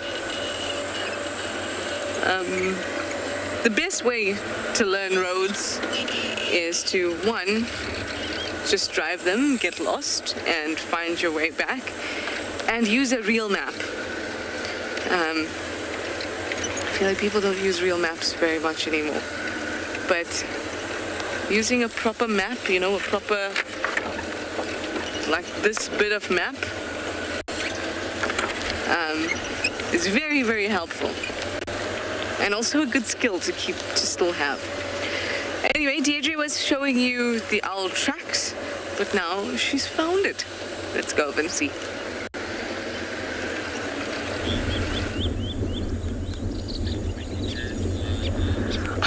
We can't believe we actually called it. As we came around the corner, literally as we dropped off that dune, this spotted eagle owl flew out the bush. So 100%, this is the guy that left the tracks. And we're right on the species there, but and we disturbed his morning slumber. He's gone from tree to tree, and he's finally settled here. And obviously in that time frame, the little white-browed sparrow weavers saw him land, and now they're giving him a bit of grief. They're sort of flying in and shouting at him, but not excessively loudly. They're just having a good go at him. But look how he's looking. It's a beautiful tree to spend the day in. He's just got to be relatively undisturbed. So I can't believe we actually saw the owl as we came around the corner. It's a beautiful spotted eagle owl. So, which species of owl? I didn't get the name there. Let me go forward. He's gone up to the top of the... Just give me a second. So, this is the most common owl species here, is the spotted eagle owl. But those...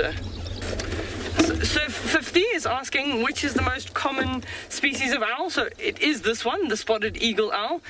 Those white-browed sparrow weavers have now chased it away, so it's gone too far back. So we're going to move on, but we also get a white-faced owl and a pearl-spotted owlet, and we do get the barn owl as well. But for us, the one that we see the most commonly would be the spotted eagle owl. And in a lot of areas, in a lot of game reserves across South Africa, the spotted eagle owl is the more common of the two. So I don't know, in the picture when you were seeing him there, he was sort of like tilting his head sort of left to right. They've got binocular vision, so their eyes at the front, very, very large eye sockets, and they've got like a specialized vertebra in their neck, so they can't turn their head 360 degrees, but they can pretty much do almost 270 by being able to go sort of left to right. And that movement of the head like that, with that asymmetrical positioning of the ears, will help them pick up sound from different directions, and also then bring in a sort of a better focus with their eyes. There's a black-chested snake eagle hovering over the top of David's head, but it's too far back to turn around now. But nice to see some of the raptors out. I can still hear the birds are still shouting at that poor owl. He's not having a good morning. If we just stay where we are, he's coming up and over. Maybe come swing down and in front, and then we can get, there he is. Looks like a juvenile as well. Following birds in the sky is generally pretty difficult. Yeah, that looks like a juvenile snake eagle. Yeah. One of the larger eagles capable of hovering. You got him there, David? Yep. Look at that.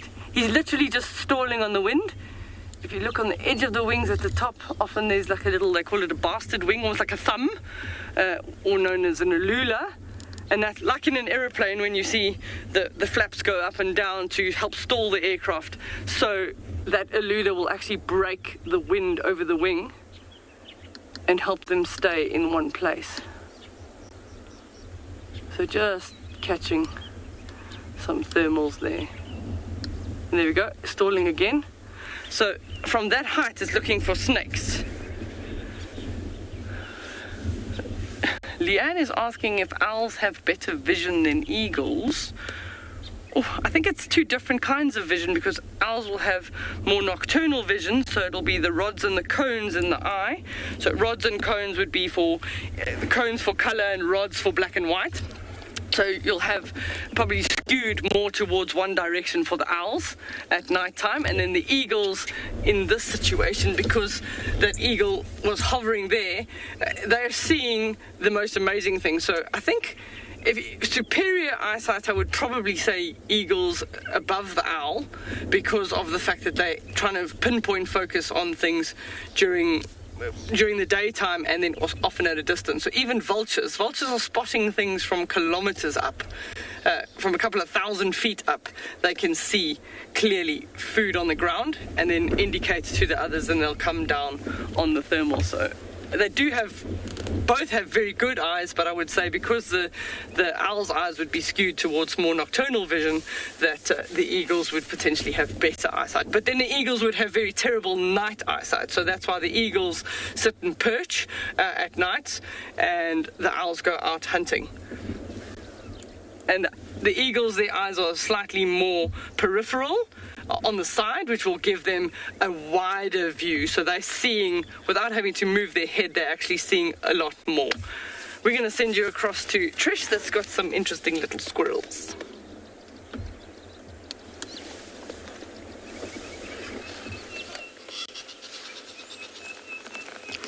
Now, this one here has also got some pretty good eyesight, but it's a little bit panicky. Sometimes it could be shouting at a leopard. Other times it could be shouting at a stick that it thinks is a snake. I won't dismiss this squirrel's alarm calls just yet, because it's looking into a very, very shallow drainage that I can see into, but I don't see any sort of predator. But maybe there's a snake in the grass or something like that that it's looking at. Whatever it is, I certainly can't see it.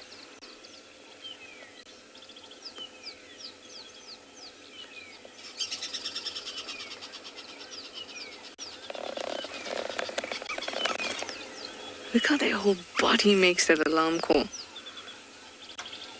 So much effort.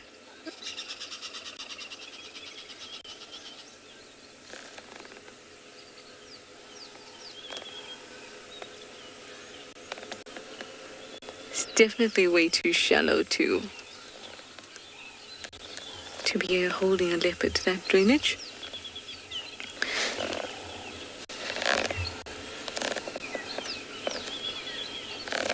There's another one alarming close by too.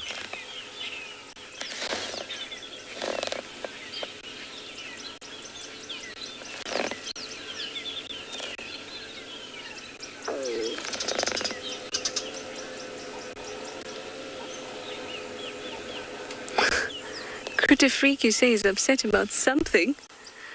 There's a little bee-eater nearby. I hope that's not what's upset him. That would be an unreasonable squirrel.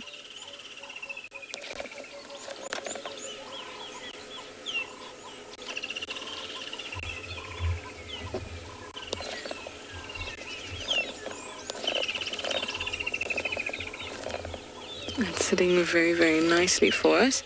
We can hear some of the squirrels in the background, but nothing too obvious. And there are antelope around, so they would alarm if it was a leopard. Here we have our gorgeous little bee-eater. Look, come back. Oh, landed nearby.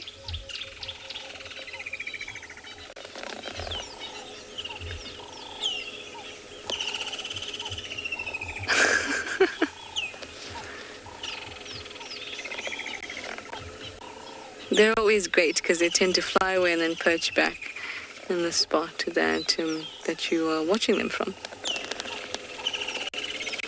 Squirrels calmed down now. Maybe it needed the company of other creatures like the little bee eaters. Make it feel a little bit more comfortable. Little Vixen, you say you love the nose twitch? Isn't it just adorable? It really is. Look at that twitch. Twitch, twitch, twitch. The other a very sweet nose twitch is that of the scrub hare.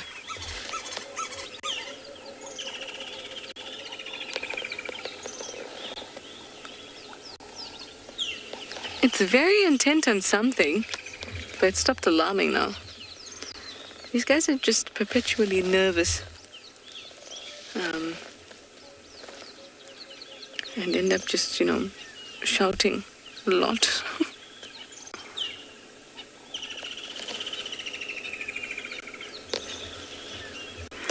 Paul, you'd like to know what these squirrels eat? Well, they love fruit. Like a lot of fruit. Around camp, you'll see them like trying to get into the kitchens and steal bits of things and bits of fruit that monkeys have stolen and dropped. Oh, they love that very much. But they're mostly vegetarian. And they like seeds and flowers, things like that as well. Grass. But they'll also supplement their diet with insects.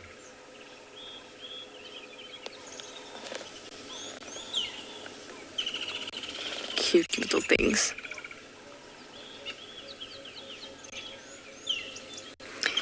Recently, one of the Sabi Sands vets that I was chatting to, he had found a little squirrel that didn't want to leave him alone. And then that little squirrel, oh, look at that. Oh, that is such a cute pose. So this little squirrel, the vet's little squirrel, jumped onto me and just kind of nestled herself warmly in my clothing and popped her head out of my top and just looked around and acted like it was my best friend. Ran around my shoulders and my head, nibbled on lots of bits of my clothes as well. But truly very, very cute things. Very naughty, very destructive, but very cute.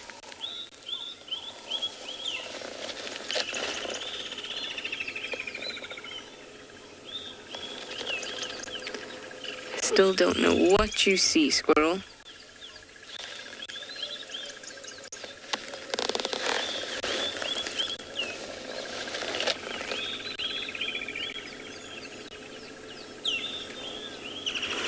Teresa, you'd like to know if squirrels are part of the rat-bat family. It sounds so cool when you said it like that. They are rodents, and so like rats and like bats, they're in the order Rodentia, rodents. So yes, there are similarities. A couple orders we get you. Rodentia, Carnivora. So you know when we say that mongoose are the smallest, dwarf mongoose are the smallest carnivores, we get you. It's because of the order Carnivora, they are the smallest animal. Doesn't mean out of everything that eats meat, they are the smallest animal. There's a distinction there. Legomorphs. And now I can't think. Aves. Orders are very broad categories.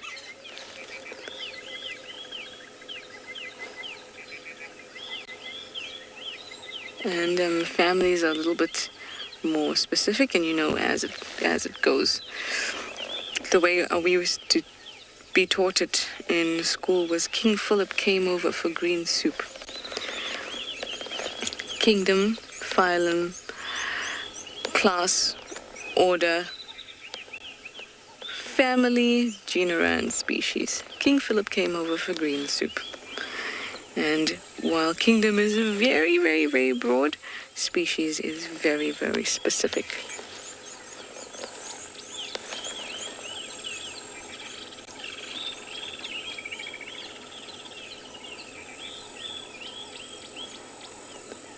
Out of the rodents,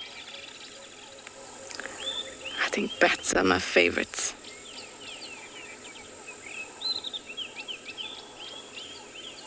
KK, you'd like to know what the squirrel's lifespan is? It's about 5 to 8 years. When it's kept as a pet, a lot of people don't intend on keeping squirrels as a pet because they are very, very destructive, and really they're a wild animal. But what ends up happening is that they become pests in homes, especially in places like this where there's lots of bush around. Squirrels end up living in your roofs and things like that, and before you know it, there's a little squirrel that's fallen out, and now you're a mother to this little squirrel. And that's what I mean by pet. If you're going out and buying a tree squirrel, maybe think about that again. But a lot of times, inadvertently, they become pets. And in that case, sometimes the longevity can be substantially increased. But in general, we say about 8 years, according to the books, for a tree squirrel like this one. Look at it, relaxing. All right, Deirdre has a giraffe for you. I wonder if this one's a live one.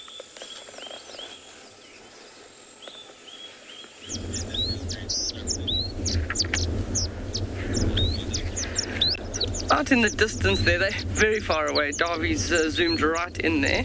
But we found a 4 male giraffe, a bachelor party. They're just, the wind is very, very strong today. So they're just standing around. They're in their pairs. They all look like relatively dominant bulls or big bulls. Bigger than the 2 youngsters we had pushing each other around the other day.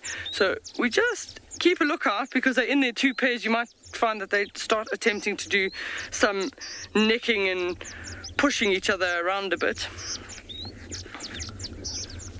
Because that's the thing for the boys to do in the morning, is to see which one's more dominant.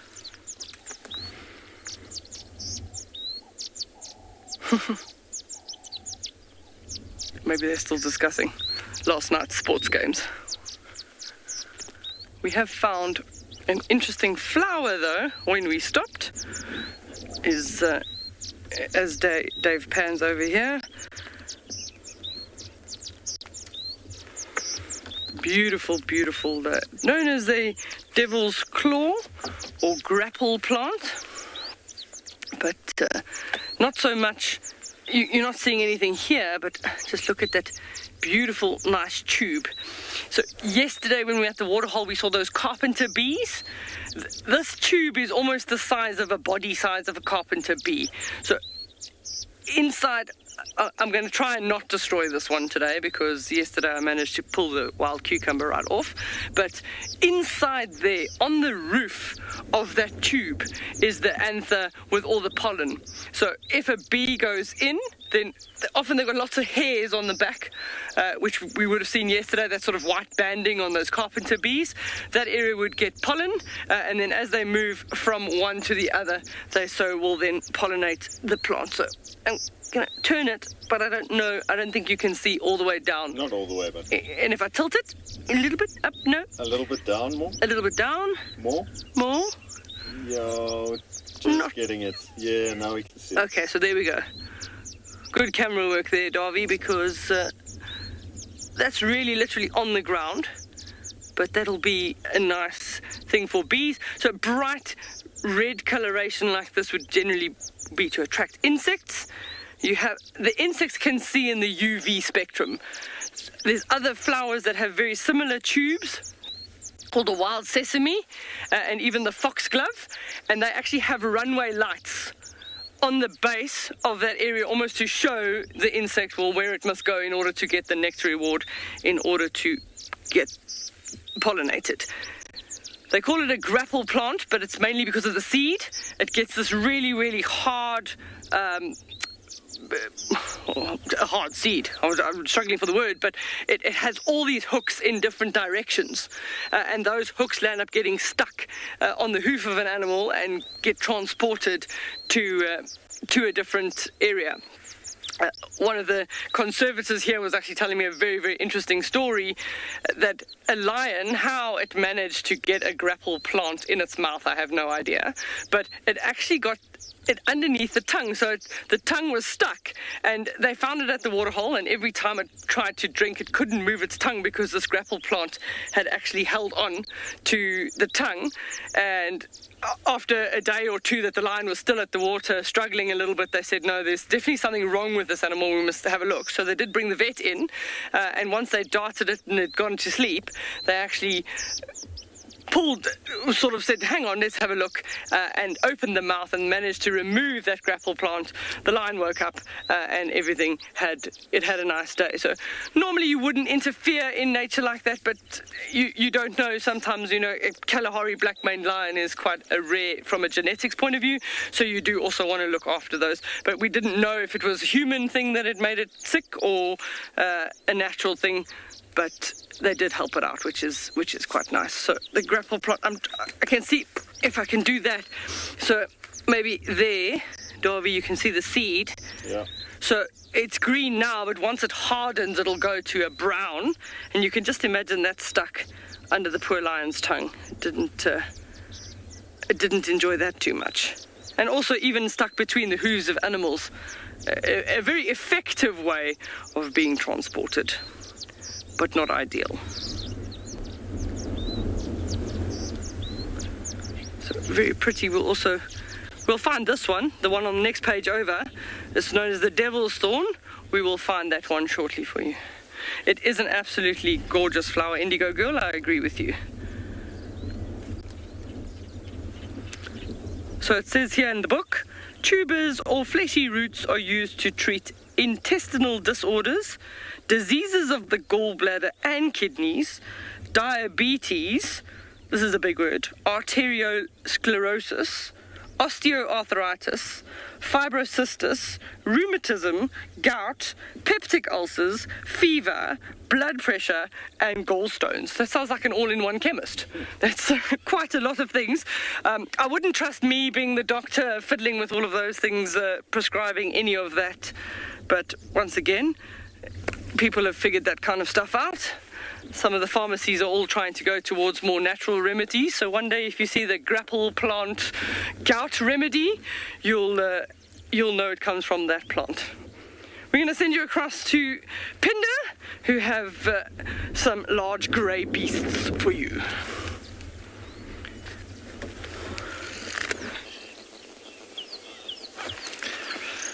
Welcome back to And Beyond Pinder, and we've got a beautiful white rhino female here, and just behind her is a little calf.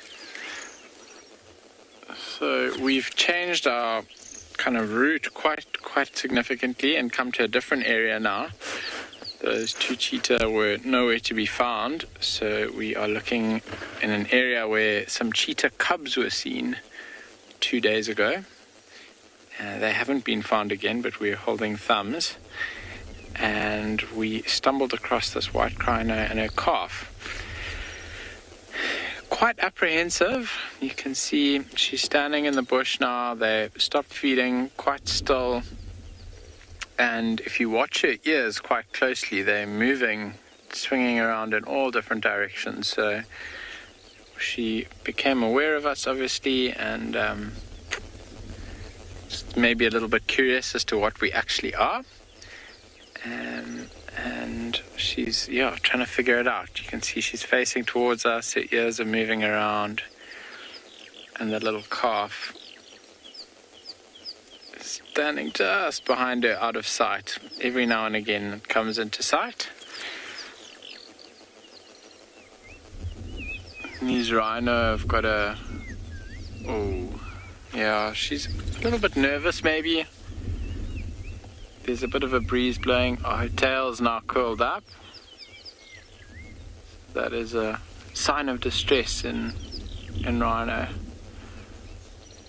Now the calf, you can see, is leading the way into the bush. One of the differences between white and black rhino is that the calves of white rhino often walk in the front, whereas in black rhino they normally walk behind. Those rhino are disappearing now into the bush. They've gotten behind some quite thick branches there, so I don't think we're going to get another view of them. But a really beautiful sight and really beautiful way to spend the morning driving around in this beautiful area. We've got some open areas here. There's a little bit of open grassland, and then lower down in the river, dry rivers rather, there's some more thickets. We are going to carry on along this route now though, looking for these cheetah. Hopefully we get some tracks or hear some alarm calls, and we'll come back to you a little bit later.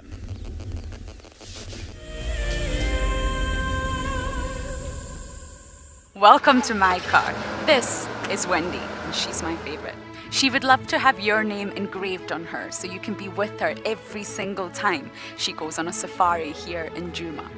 If you become a Wild Earth Explorer, you will have the opportunity to buy an engraved tag which we will attach to her. We will make sure to send you a digital picture to show you exactly where you are sitting on her. You will have front row seat in every single sighting.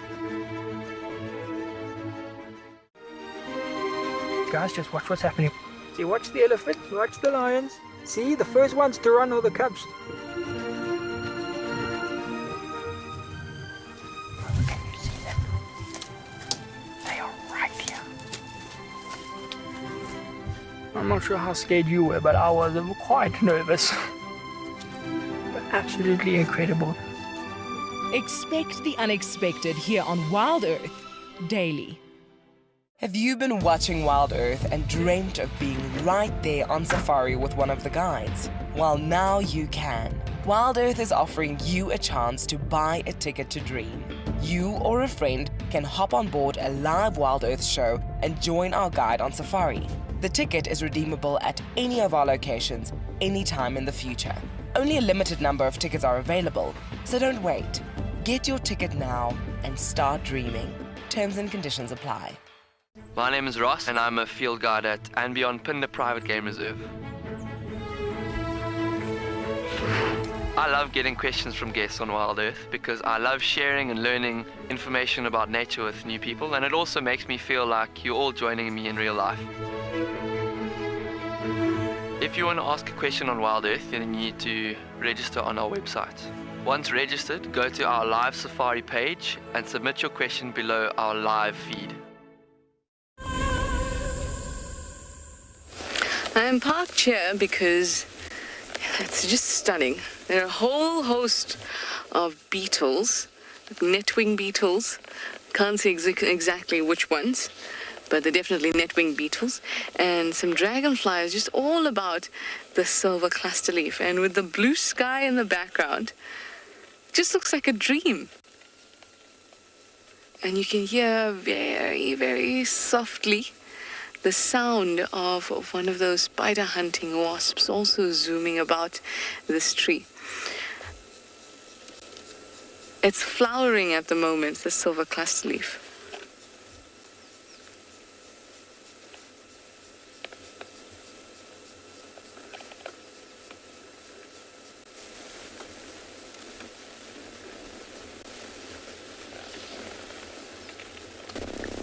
Lovely. I feel a little like I'm in a fairy tale.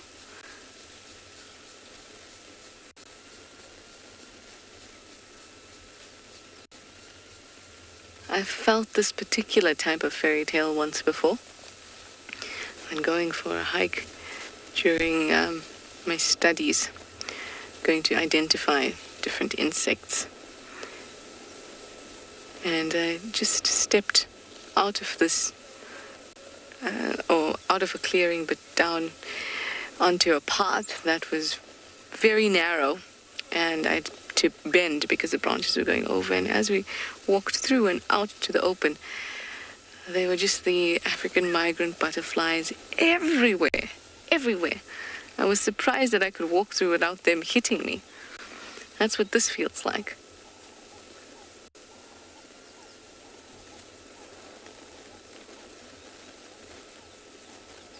The silver cluster leaf is a very busy city right now. And against the blue sky, wow, wow, wow, it's stunning.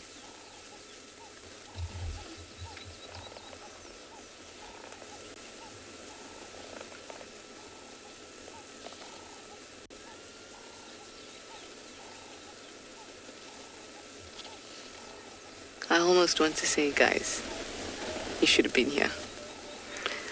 It's just one of those moments. Everything just keeps coming close to these trees. Tiny little bits buzzing around.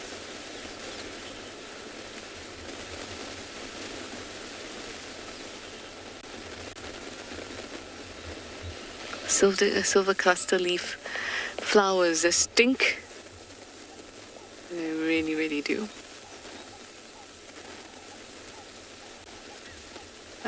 But obviously that stink attracts the right kind of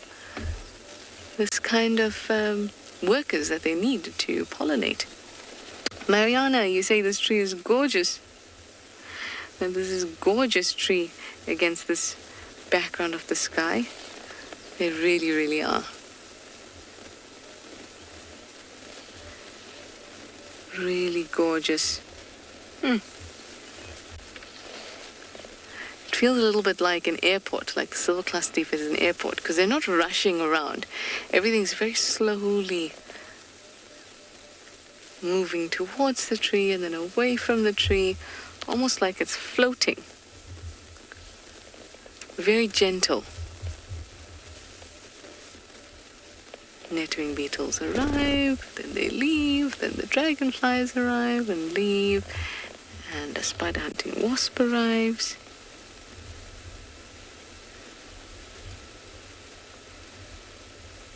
Look at that. Very, very busy.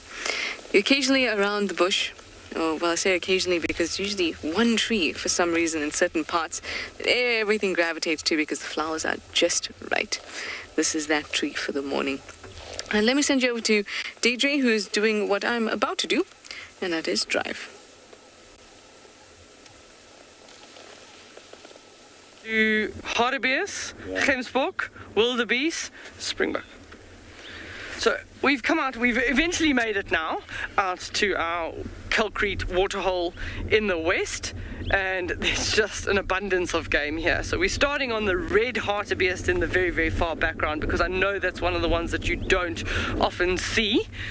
So the speedy antelope, red hartebeest. And you can now see the high shoulder and sloping back. Sort of a question mark shaped horns, but the question mark sort of goes side on. They are relatively far away, so not too close, but that's looks like, I can't tell you if it's a male or a female, but both of them also have horns. So the bull will just have much thicker horns, generally wider apart, and then the females tend to be a little bit thinner. And then we're going to move just forward in the picture. There's a nice Gemsbok.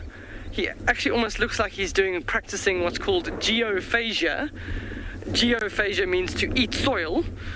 These areas will have lots of minerals and often salt in the soils, and that can be what he is eating. But also with the recent rains, nice little new fresh shoots and fresh grasses are actually popping up in some of these clearings, so he could quite likely also just be eating some nice fresh grass. And then in between the two now, there's a wildebeest waltzing in, and we've got, should we call it a springbok migration, Davy? Yeah. They're coming from the right hand of the screen to the left hand of the screen. Just follow the leader there. You can see a nice group of springboks. So the fact that everything's moving away from the waterhole would suggest that they have already had their drink. Maybe the wildebeest are chasing, so the bull is coming in here chasing the females. So I don't know which one. They're running towards us, so they're about to run out of the shot and past the back of the vehicle. So we'll focus on the wildebeest for now. I'm trying to see if there is... Yeah, that's the bull at the back. So probably another territorial bull has come in to chase him away, and he's like, ladies, let's get out of here, because he doesn't want to lose any one of these ladies to that territorial bull.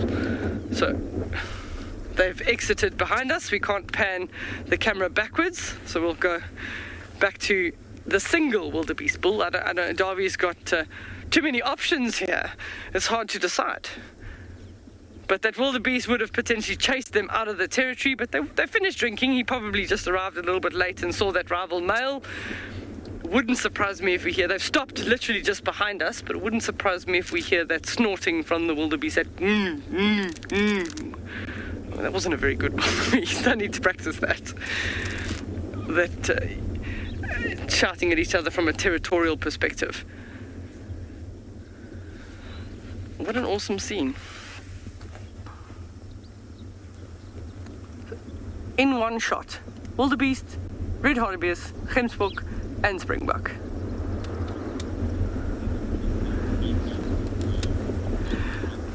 Laura's asking, what is the biggest antelope species in Tswalu? So our biggest is the eland, and then we also have the second largest antelope, the roan. So those are the two, and then the wildebeest and the gemsbok are all in the sort of average category. But an eland, a big eland bull, can weigh well over a ton, and a big roan bull, there's a big size difference, up to 250, almost 300 kilograms. So there's a big difference between a roan and an eland, even between number 1 and number 2 position. When you're looking at a gemsbok, you're looking at probably 180, almost 200 kilograms. The same with the wildebeest.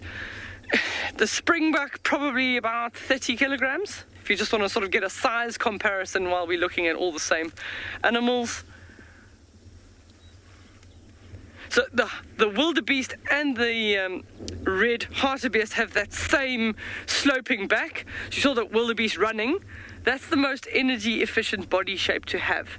And those viewers that have stuck with us for a long time, that have seen the migration happening up in the Serengeti, in the Masai Mara, would have seen the wildebeest consistently moving. That's just a really energy efficient shape to have. I think this guy's coming in for some trouble here. We've got 2 wildebeest bulls approaching the waterhole from the right-hand side, which is why we see that bull making his way around. So let's see what happens here, because generally the water is not anyone's particular territory, but they'll try and defend a particular area around the waterhole because they want to keep the females that will come looking for the grass and looking for water. So it'll be very interesting to see what happens here. You do get bachelor groups of wildebeest, so maybe these guys know each other. Maybe they're just having a good catch-up, but here goes a chase. Watch this, you're in my territory, out you go.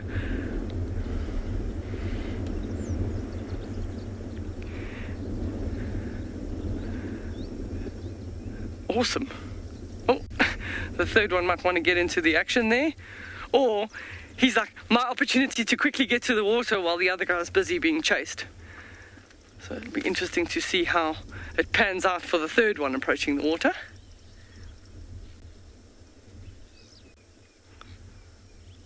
Oh, no. He's actually making funny sounds. He's going, he's almost like, say, wait for me, I'm coming.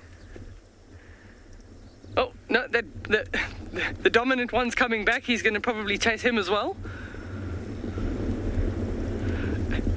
So we're probably only about 150 meters away from the waterhole, so this is all literally unfolding right in front of us. That's why you're watching live Wild Earth. Oh, scattering all the springbok. Oh, and in the far distance I can literally just see the top half of a giraffe's neck. In the far background there, Darby, where the red hartebeest were. Be a slow approach for that giraffe to the waterhole. It'll always just be checking to see if there are any predators or any danger in the area. Sometimes they're taking well over an hour plus to just approach a waterhole before they even start drinking, just to make sure that there's nothing that can make them vulnerable. Action-packed. Just a flock of sandgrouse just flew away from the water, but I don't see anything. Still quite windy. It's coming in from the north, blowing in a southerly direction, so maybe cross our fingers that'll bring in some rain over the next few days. I only see some Cape turtle doves at the water. We've had before at this particular waterhole, there's 1 or 2 trees there. We've actually had the peregrine falcon in the trees that just sits and waits for the finches to come and drink, and then at speed comes out of the tree chasing them, and sometimes a successful catch.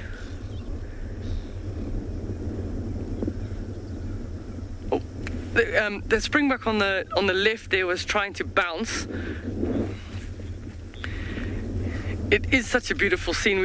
I just saw one of the young springbok do a little short sort of pronk, just stiffen the forelegs and do a bit of a bounce. I've been waiting to show you how they bounce, but it stopped doing it. The youngsters do it quite a lot. It's like a practice, and it's also done as to advertise fitness. So springbok bouncing around, running around, can show a predator, well, look at me, I'm so fast, you're not going to be able to catch me. But no, he stopped doing it now. So, like the gemsbok, also just grazing in amongst all the areas here, finding out all the nice new shoots that are popping up. It's a reasonable size herd, that as well. Very, very nice.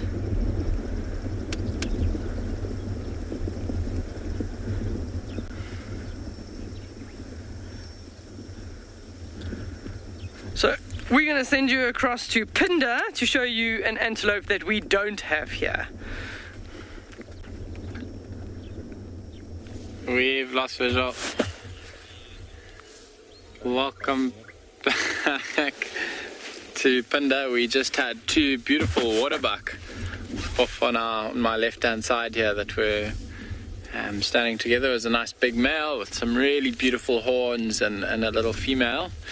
It looked like they were maybe going to mate, so it would have been really nice to see, but just as you came to us, they turned off and walked around the corner, unfortunately. They've gone behind this big thicket. There's quite thick here where we are at the moment, off of this grass strip in front of us. We'll definitely keep an eye out for some more though as we go along. I think maybe I'm just going to move a little bit forward and see if we get a view back into the bush behind us.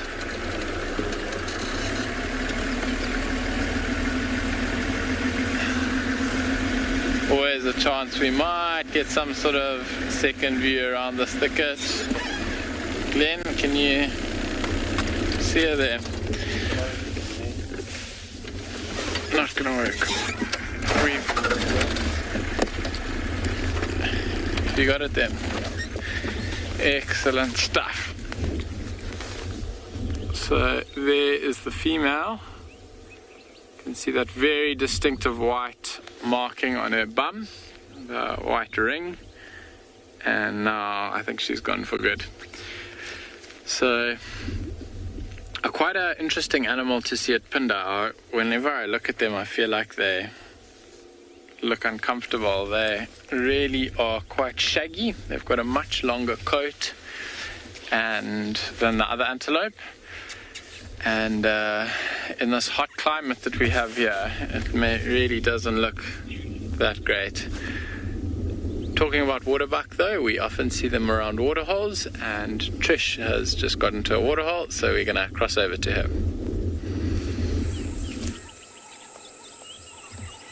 We're here at Buffelshoek Dam, and a lot of the usual suspects around: little grebes, red-billed buffalo weavers, yellow-billed storks, blacksmith lapwings, Cape turtle doves, of course. Can't see the saddle-billed stork just yet, but we're in a nice patch of shade because it is really, really hot at the moment already. We also have our hippos in the water.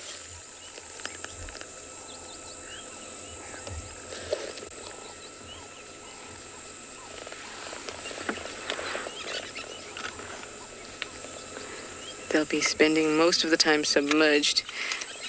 Maybe they'll do a bit of display for us, but most of this time will be spent submerged, especially since the sun is really beating down now. It's not just the temperature, but the clouds are so wispy that the sun is really crisping us up. There's some impala off on the banks, just over across the dam wall. They've been play fighting just a little bit.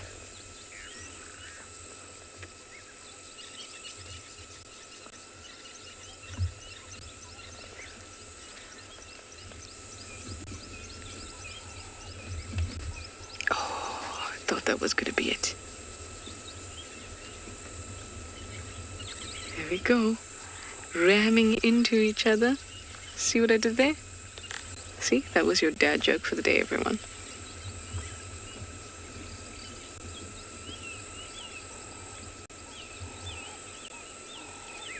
Fight. Imagine Mortal Kombat to be playing.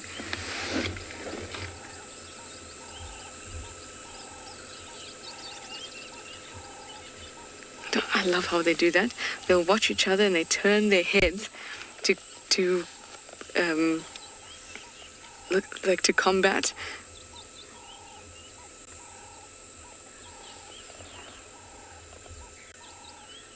They expect their partner's move and they reciprocate with a movement of their own, but they may not just clash and then suddenly, boom, they clash.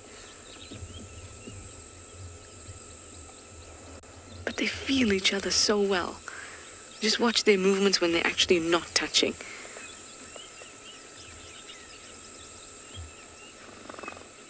Look at that. Look at that. Both move to one side. Both move to the other side. They're looking for that perfect position.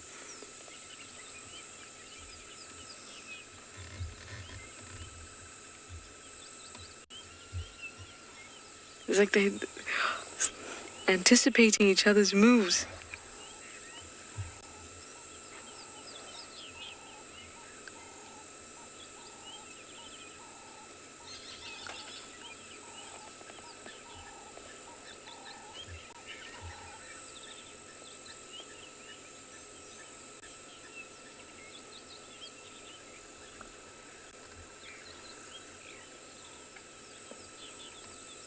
The sound of the clashing is very, very faint because we're quite far away. But I hope that you'll be able to hear it.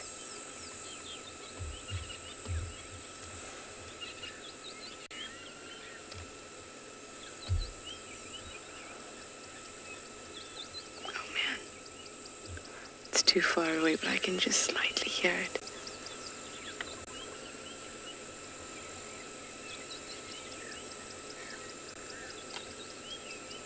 A big one.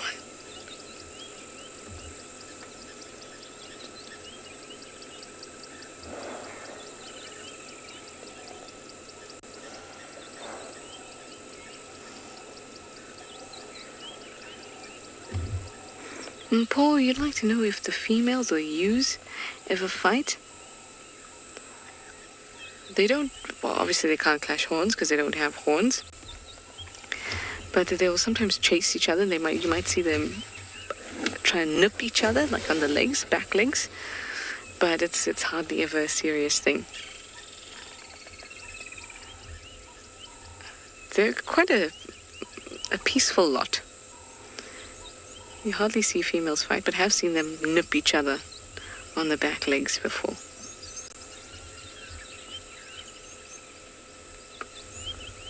It's generally the males that fight, and it is a pattern that you see in life a lot. Not to say that all human men fight, but as a sex, we are built differently, males and females. And males are the riskier sex, which is why they engage in and are more aggressive, generally speaking. It's important because they've got to fight for mating rights. Luckily for us, we've moved on from that. At least most of us. Well, that was a good done. Pinned the head right to the ground.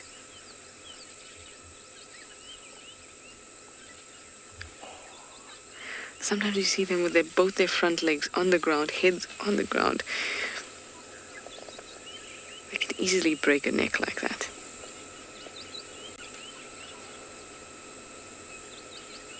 You see, they have strong necks. There's not skinny necks. Look at their legs. Their legs are very skinny, but their necks are thick, strong.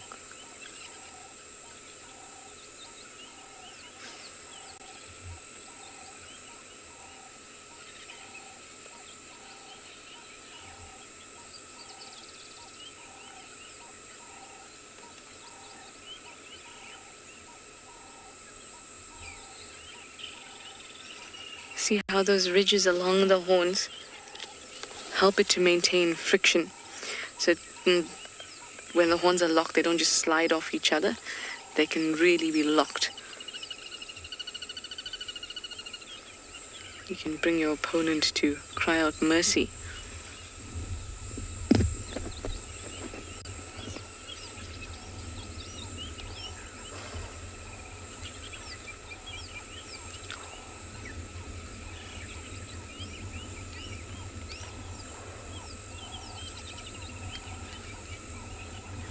Elizabeth, you say it's cool to watch them play fighting, but as long as nobody gets hurt, of course somebody could get hurt. But the purpose of this type of battle is not to kill the opponent and not to injure the opponent. They're not fighting for territories here. They're just in a bachelor group. There's other bachelor impalas around. So the intention here is to go with what your hormones are making you feel. But there's no intent to kill or to hurt here. Doesn't mean it can't happen, though. But always keep that in mind.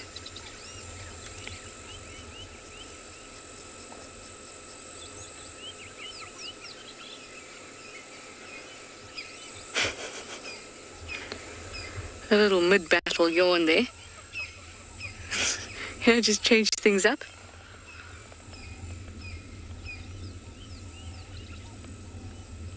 Oh.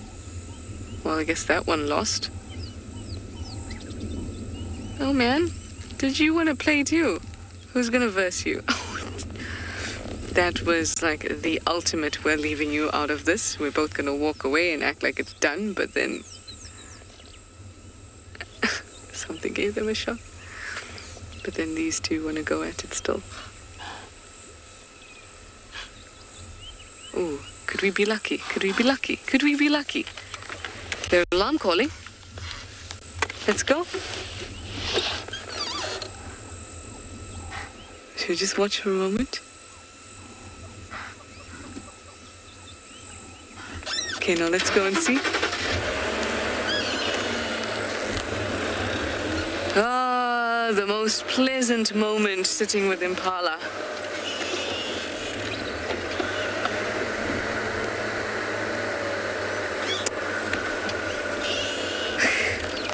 It was a warthog.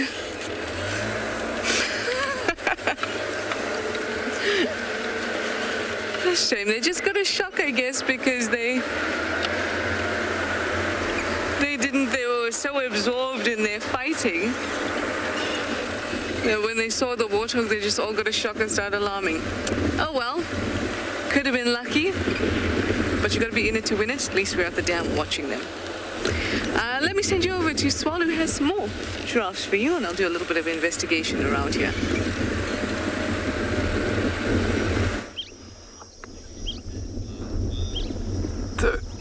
We're still at the same waterhole, and those giraffe that were in the distance have made their way. They're standing pretty much exactly where the red hartebeest were earlier, but the scene is literally in 10 minutes changed completely. The wildebeest are gone, the gemsbok is still here, the one by himself, the springbok are a little bit further back, but now in come the giraffe. We've been sitting here waiting. We are waiting for the sandgrouse to come in because there were a few, and they do a little bit of a flyby around the waterholes just to see before they can land, but because it's quite windy, they're specific about which side of the waterhole they land, so we're just waiting for the sandgrouse to come in. But these giraffe are just making a nice slow approach. Two nice big bull giraffe.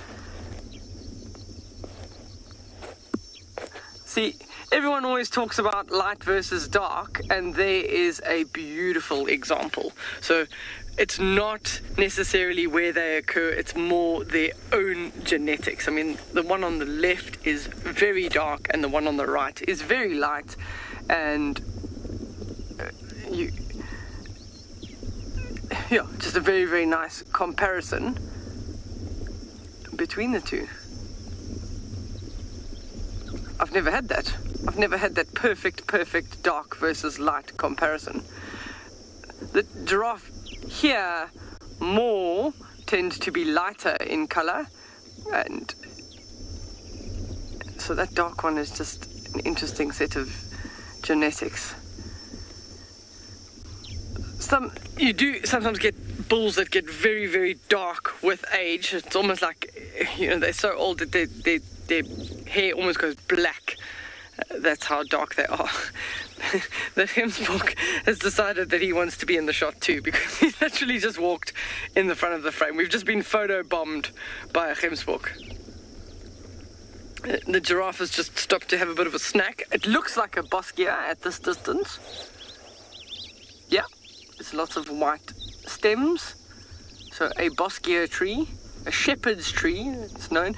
And in the dry regions, a shepherd's tree got that name because there's often, the trunk has got lots of little holes in it, and sometimes a shepherd that was tending his flock that was out in the bush would actually be able to get some water from that. You can imagine in these dry environments that any access to any water would be beneficial, but also most likely one of the only shady trees that they could actually sit under, so hence the name shepherd's tree. So, see how the giraffe just approaches, takes a couple of steps, stops, looks around. I can hear the sandgrass. They're doing flybys above us, so we just be patient. I'm sure that they'll come in shortly.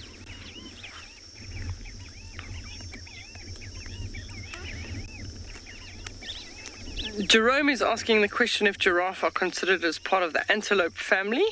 No, they're in the family of their own. They're in Giraffidae.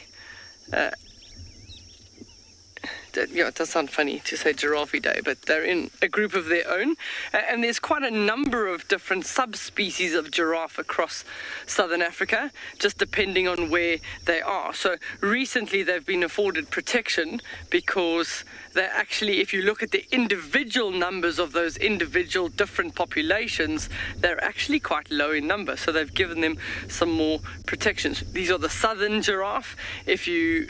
When the Masai Mara is on, then it's the Masai giraffe. You get a Kenyan, a Nubian, Thornycroft's, Rothschilds, the Angolan. Those are all the different types of subspecies of giraffe, but they fit in a group of their own, and there is nothing else. They're related to the okapi, that's on my wish list. That's one of the top animals that I would like to see, is an okapi, which is kind of like a half zebra, stripy horse with a long neck like a giraffe.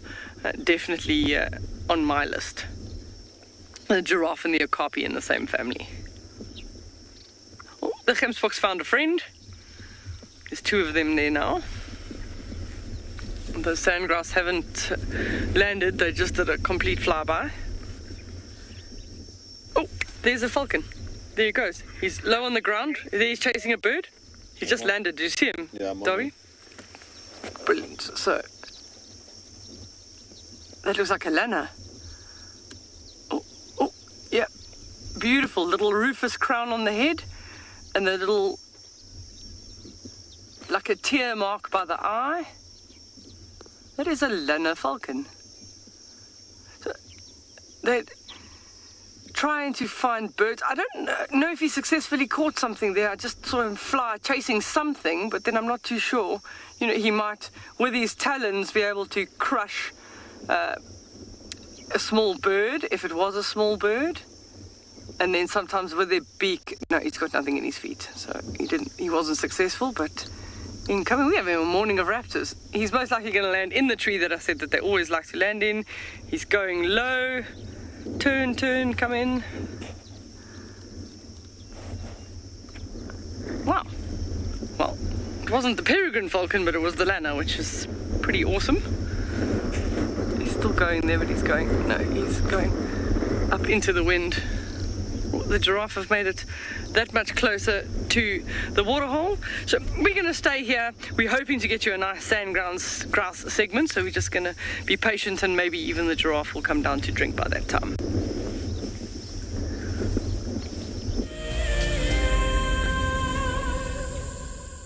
Watering hole is a great idea. So we had a bit of an investigating around there by Buffelshoek Dam, hoping that we'd see something other than a warthog that would have spooked the impala. Unfortunately not.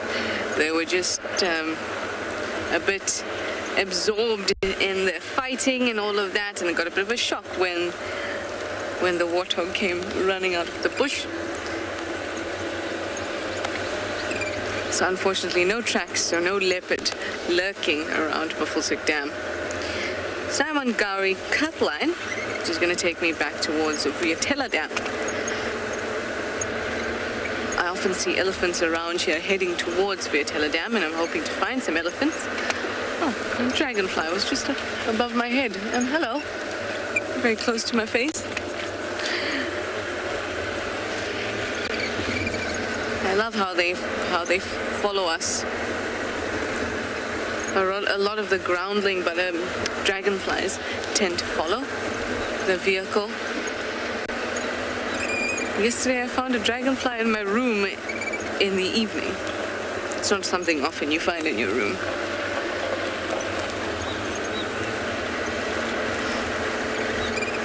Now I'm going to pass my favorite jackalberry on the property.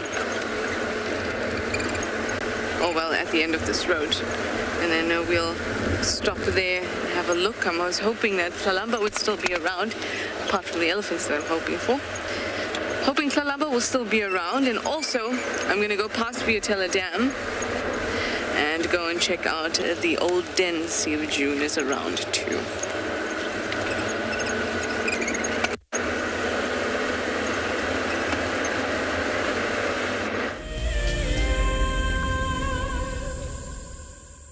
And then go up.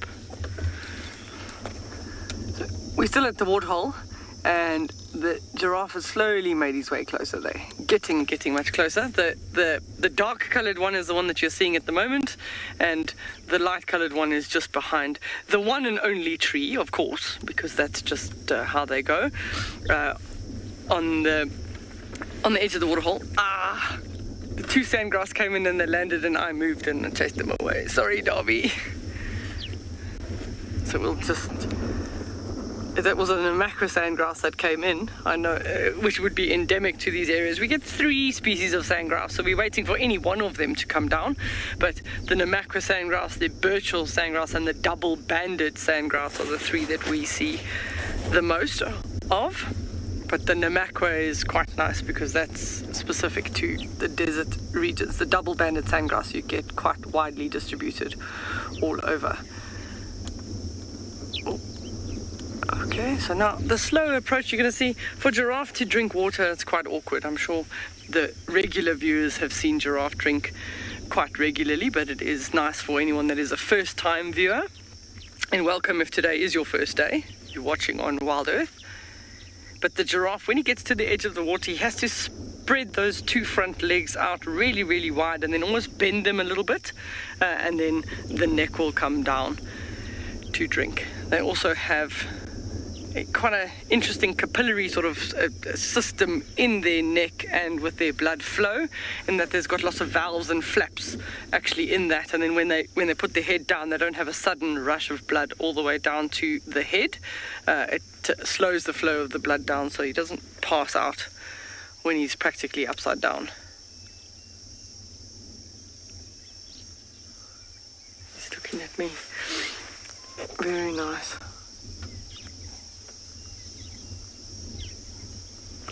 So they're probably a little bit suspicious of us. We're about 80 meters from them. We're not that far from the edge of the waterhole. But because we've been stationary for the entire time frame that they've walked up towards us, there's an incoming Egyptian goose that's going to come in around the back of the thing. Incoming, flaps down, there we go. Just landed. So we've been here in the picture for as long as the giraffe have been coming to the water, so they should trust that we're not a predator or anything dangerous. If we just stick it out, they'll come down to the water eventually. It just requires a little bit of patience.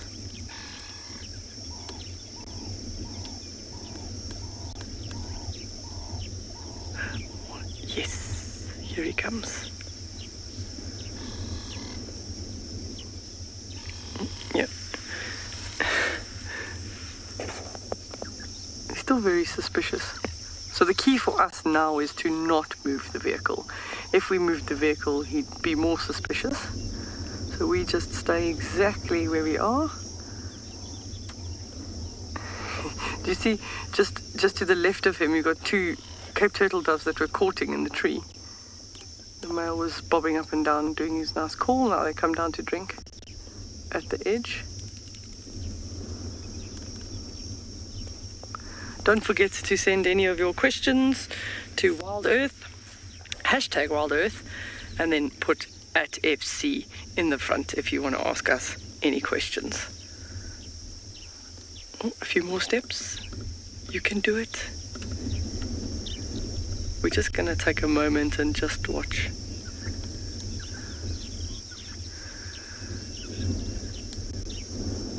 Cooking Fats asked the question, how fast can a giraffe run?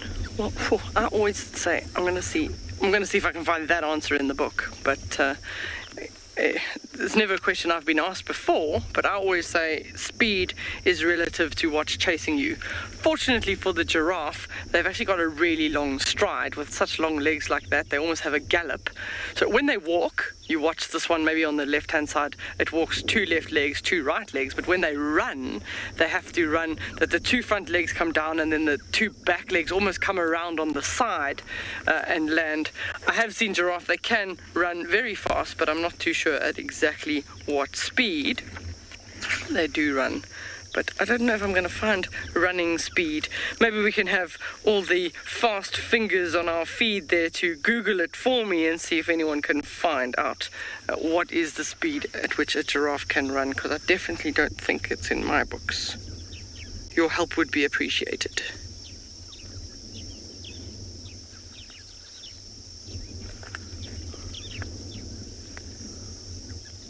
Is it the one? The one's actually going to come and drink a little bit closer towards us. So, thank you. The answer in my ear was 60 kilometers per hour. So, about 10 kilometers per hour slower than an ostrich. But 60 kilometers an hour is still a pretty impressive feat. So we're just going to keep quiet now for a second while he starts drinking. Look at that spread of the legs.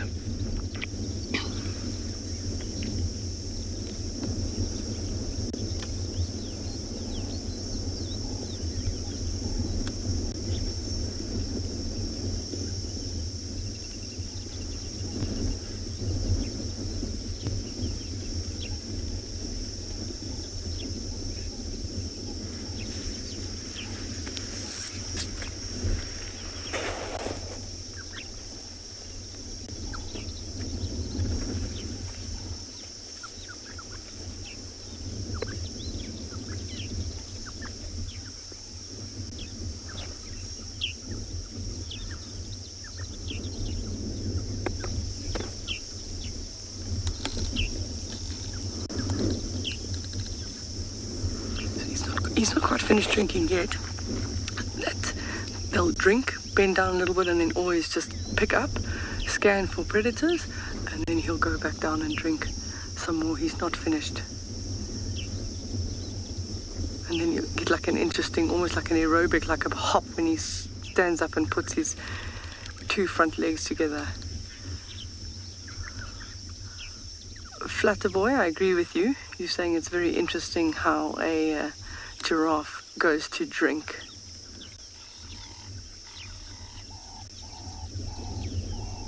looks like a very long drinking straw. You can, as you see, the nostrils, because it's just above the line of the water, you see they're long slits, which is very similar to a camel, and that's in environments where they need to try and keep things out of their nostrils, so we'll just close those.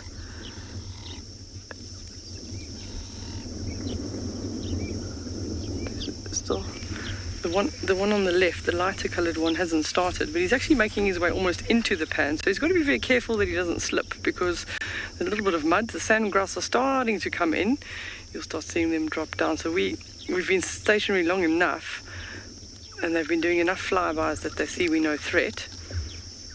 So we'll see them coming in shortly as he takes his third drink. The lighter coloured one is about to, he's thinking about it.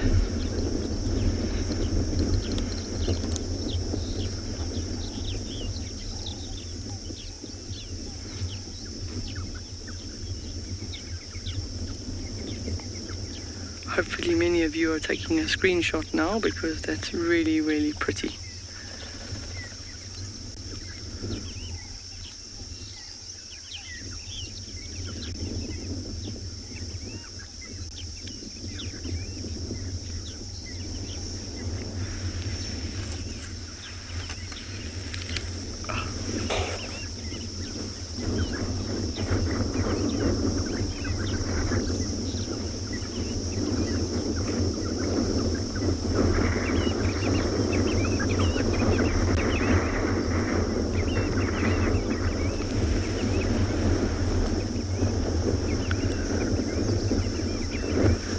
We could almost say the giraffe's trying to walk on water.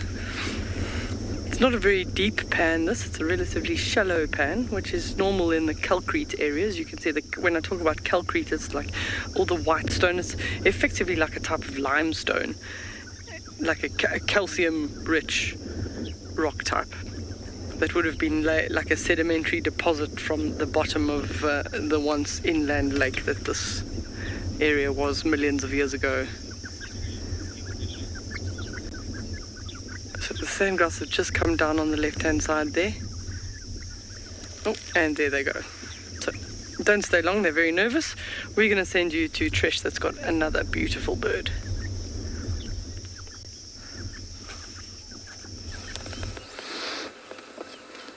This woodland kingfisher has been so good to us. It's on my favorite jackalberry on the whole property, the one on Garicutla that I told you I'd stop at. I wanted to stop at.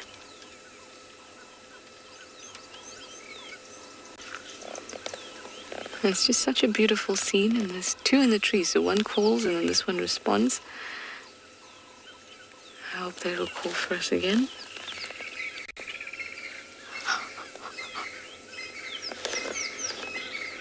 The other one just caught something on the ground and then flew to the branch behind the one we're looking at.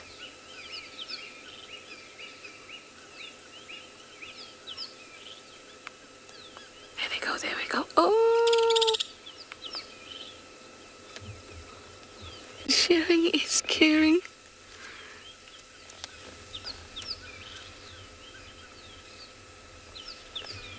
Wasn't that lovely?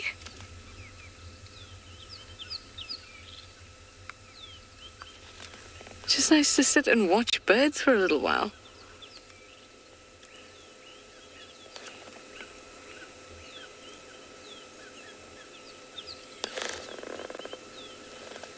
And of course in my favorite jackalberry. I think we could just sit for a little bit and just watch them. If you have questions, of course you can send them through. But the sounds of the bush are really nice. It's a nice patch of shade. And I think it's a nice relaxing moment.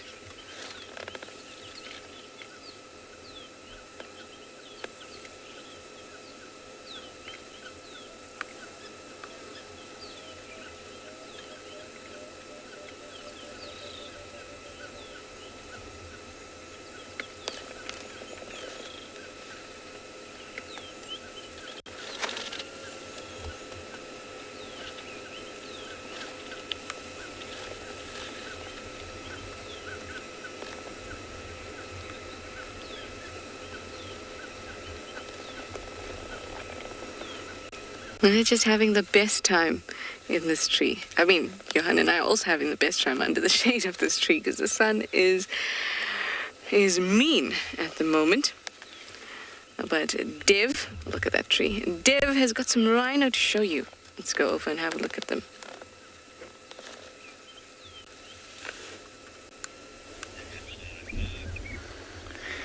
Alrighty, welcome back this side. We have come to possibly one of my favorite open grassland areas on Phinda, and there are a number of white rhinos here that are feeding on this very productive grass.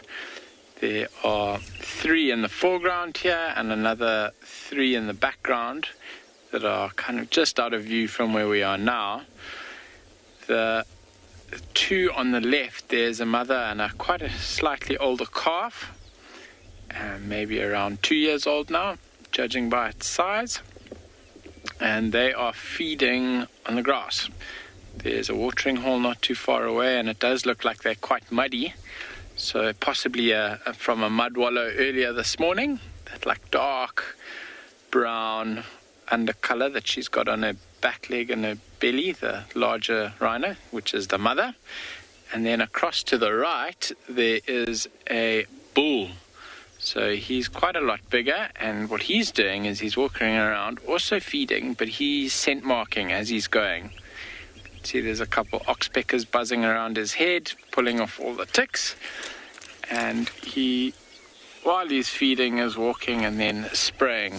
So when he gets to slightly more prominent bushes, he's spraying them. There, he's lifted the tail up. Maybe he'll spray something over there. So the tail curled up like that is often what he'll do before scent marking. He's kind of still walking. Let's just see where he goes. There's some thicket in front of him. He might turn and spray onto that. So white rhino bulls hold territories, and to mark their territories, they scent mark out of shot. He's going to come back out the other side of the bush there still, maybe. Just going to roll a little bit forward here. The mother and her calf are looks like they've maybe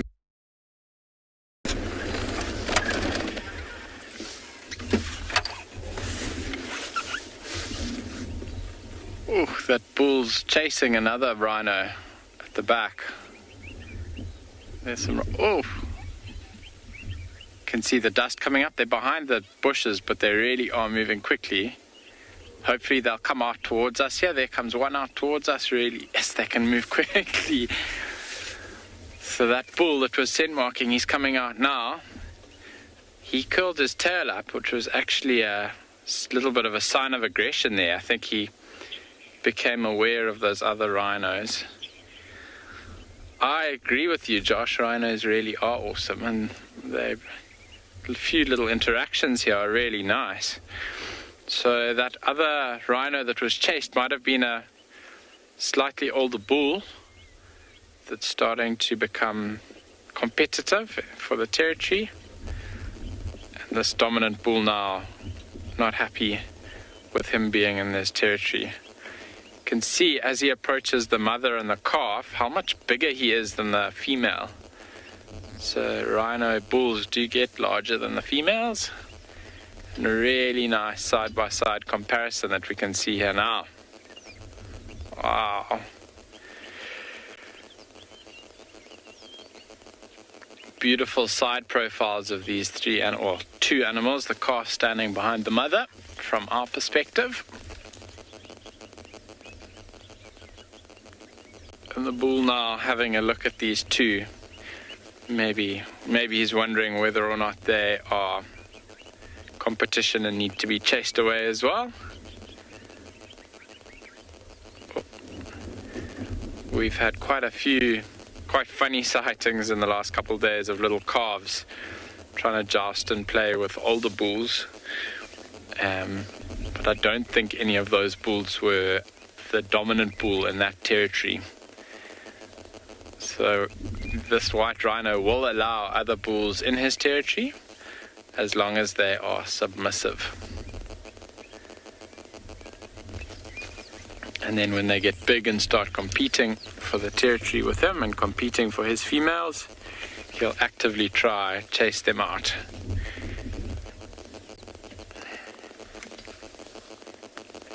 And if he comes into contact with them, then there'll be a bit of a fight.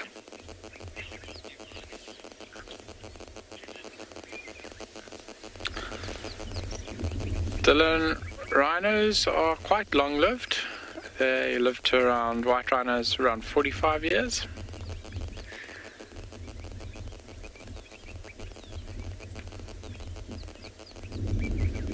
And they'll start reaching kind of maturity at around, or should I say like a adult size maybe rather, around 5 or 6 years. Amazing to think that animals can get this big just from eating grass. Something that blows my mind all the time. This bull's now in that long grass.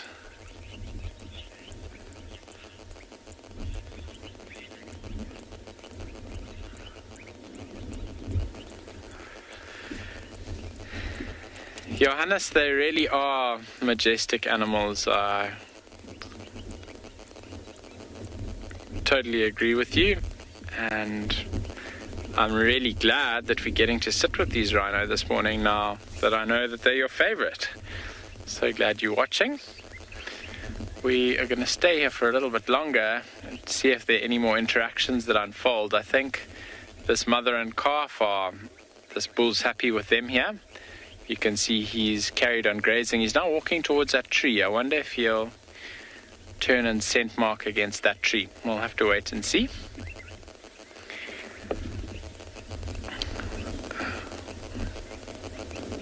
Either that or maybe the grass in the shade of that tree is just a little bit greener and a little bit sweeter. It hasn't been baked as much by the sun.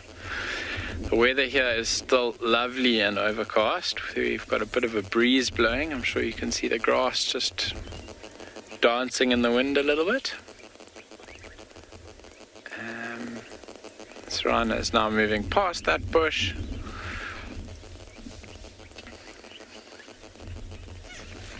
And I'm actually counting the rhino in the background, and I can see 1, 2, 3, 4 rhinos back there. So we've got 7 rhinos here all together, which is an absolute privilege. I don't think many people get to sit with this many rhino in one place. And we are so happy to have all of you here with us to experience this on your live safari this morning. I think that the fact that it's nice and cool this morning means that everyone's out and about.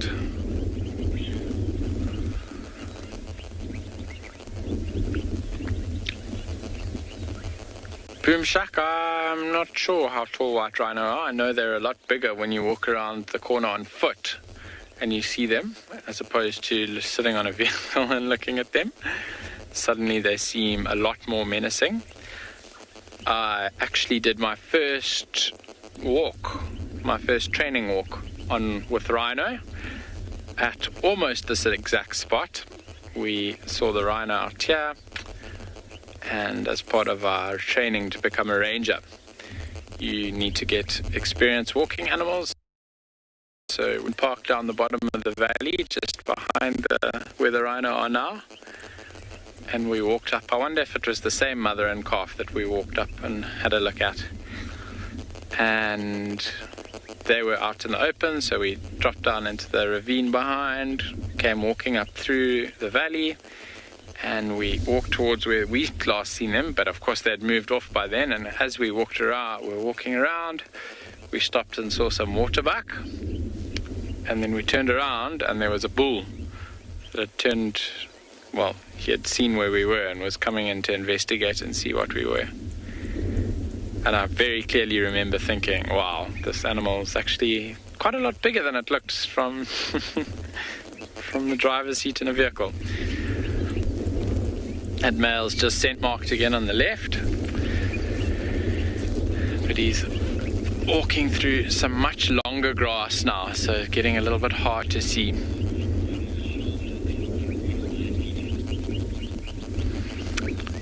So according to Google, a white rhino at the shoulder stands at 1.9 meters, which is a whole centimeter shorter than me.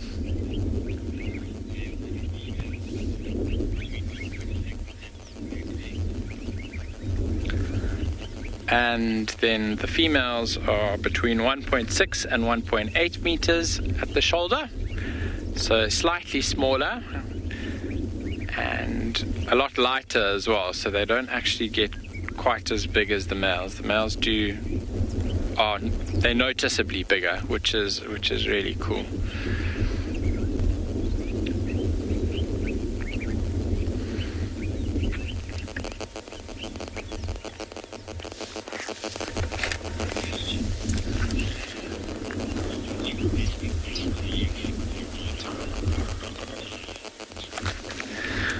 Tyler, I've had some really special rhino encounters. I've tracked quite a few of them on foot for various different reasons, a lot of different training walks, and then helping our habitat team. I've had some incredible experiences with black rhino on foot like that. But I think the one that jumps to mind immediately, I'm not sure if you were with us on Wild Earth last night. It was a really, really beautiful sighting we had of a black rhino. We didn't know we were viewing black rhino. We were busy sitting at a watering hole watching buffalo and cheetah. The cheetah were waiting for the buffalo to move off, and so that they could go down and have a drink. And out of nowhere, this black rhino popped out, and it was really, really special seeing that black rhino interact with the buffalo and the cheetah. It was a absolutely exquisite little scene that unfolded. That was really special. I suppose very fresh in my mind as well. So something that comes to mind quickly when I think of special rhino encounters. Watching them trying to mate as well, and the males courting the females, if you can call it that, to mate. With white rhino is quite a sight to behold. It's quite a process. It can take 2 or 3 days before a female will let the male close enough to actually mate with her. So the male follows her around for a long time and tries to get really close. There's a lot of chasing back and forth thing that happens there between the male and the female and the male and the calf. So those sightings are also truly magical. We've got a giraffe walking across the plain here towards us now. Quite a beautiful scene. She's coming down towards where the rhino are. I've just noticed another one, another 4. Now I'm looking forwards and there's a whole lot of giraffe out in the open. But such a beautiful setting of this giraffe walking through this grass here. I'm a bit of a sucker for slightly longer golden grass with wind blowing through it. I think it's a very, very special thing to sit and watch. And as a filmmaker, filming that in slow motion is just absolutely exquisite. Can't beat it, I don't think. So the direction this giraffe is moving in is towards a waterhole that we were at a little while ago. So she might go down there for a drink of water just before the sun pops out and the day heats up. We are going to carry on moving. We'll keep on searching in these grassland areas. There's 1 or 2 more watering holes I'd like to check around here.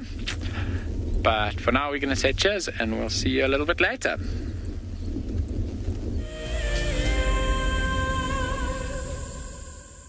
Join our Explorers program so we can keep on sharing nature with the world. For a monthly subscription, you will have the opportunity to win fantastic Wild Earth expeditions, have access to an animal identification app, receive weekly highlights from our shows, and much more. All the money will go to keeping these live safaris on air, which in turn connects a global population with nature.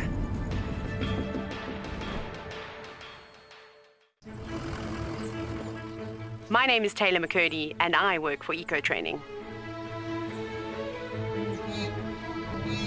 I love hearing from all of the viewers. However, I particularly enjoy those of you who have been watching for a few years. Your questions are just so advanced and they really get me thinking. If you'd like to ask a question on Wild Earth, you need to register on our website. Once you've done that, head to the Live Safari page and submit your questions below the live feed. Wild Earth is launching our brand new Explorer program with an opportunity to win a very special Wild Earth expedition. The lucky winner will get a behind-the-scenes Wild Earth experience at the magnificent and beyond Ngala Tainted Safari Camp. The prize includes a 3-night stay for you and a friend with a chance to sleep out in the unique Ngala treehouse. Become a Wild Earth Explorer and stand a chance to win this and many other prizes. Terms and conditions apply. What makes Annebie-on-Pinder Private Game Reserve so special is our massive array of habitats. And with that comes, of course, a beautiful diversity of landscapes, but also an incredible biodiversity in terms of plants, bird life and animal life, as well as, of course, our conservation success stories with cheetah, with rhinos, now with pangolins too. Catch up with the guides daily here on Wild Earth.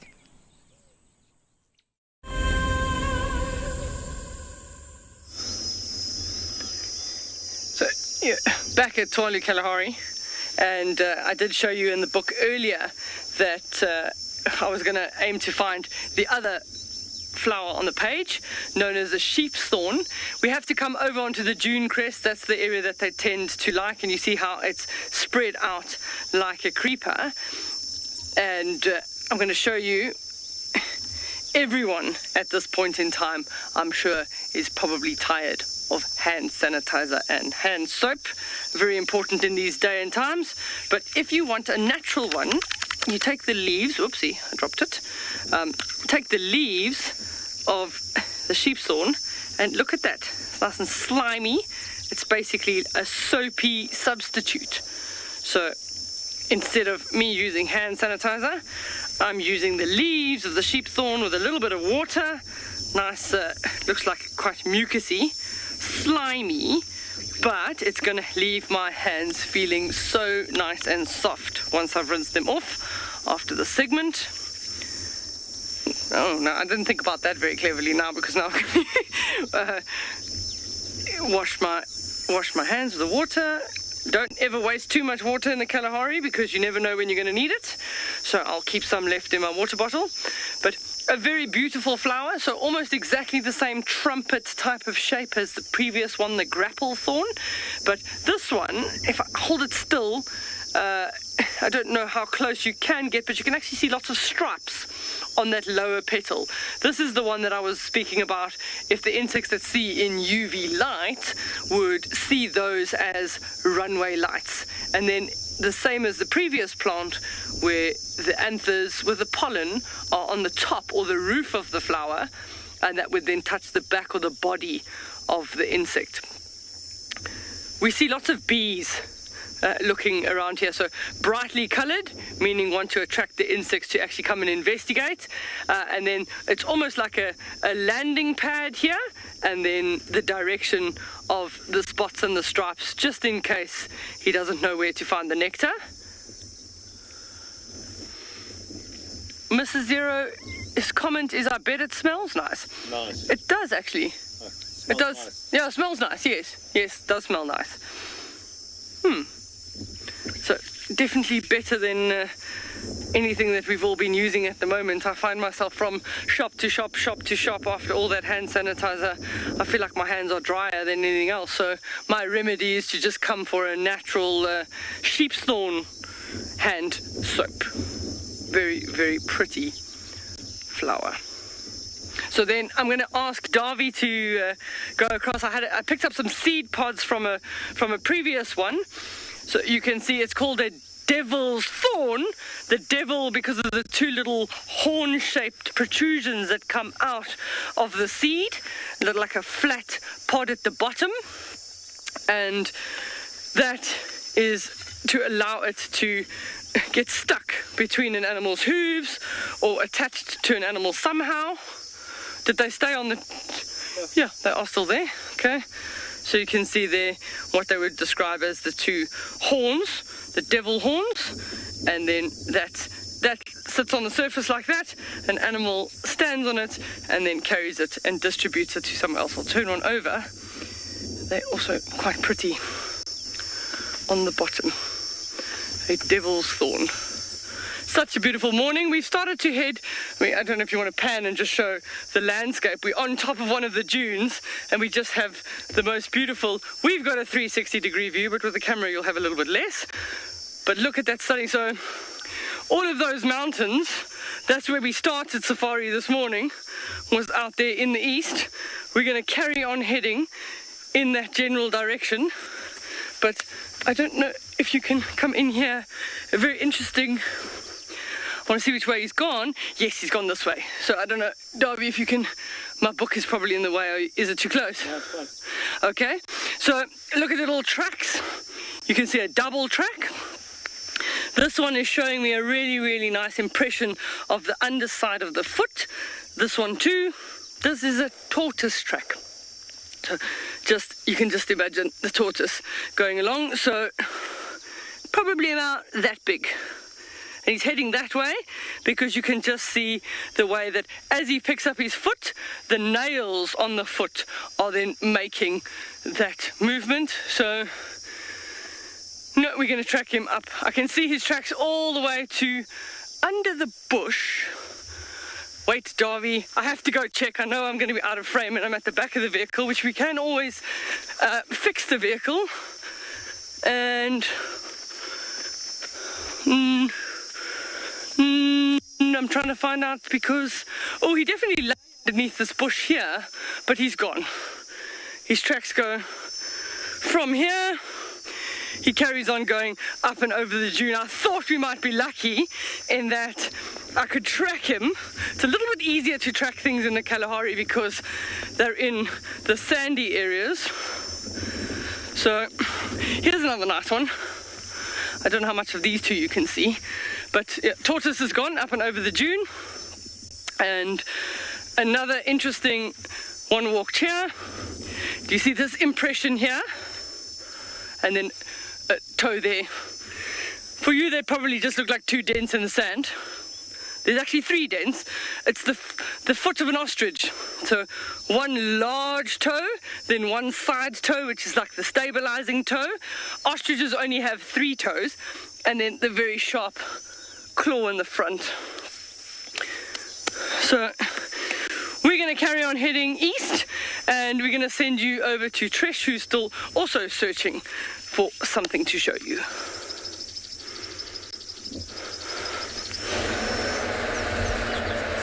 It's so awesome to see so many different tracks, and Deirdre is excellent, isn't she? What a broad range of knowledge. Here we have little yellow pom-poms, because yes, of course, that's the official name of this plant.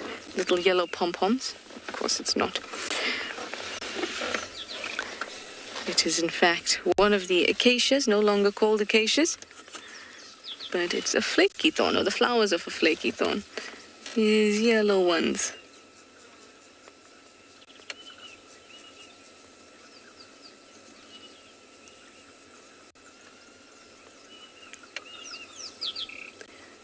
It's amongst the combretums and a knobthorn there, but you can see the yellow flowers.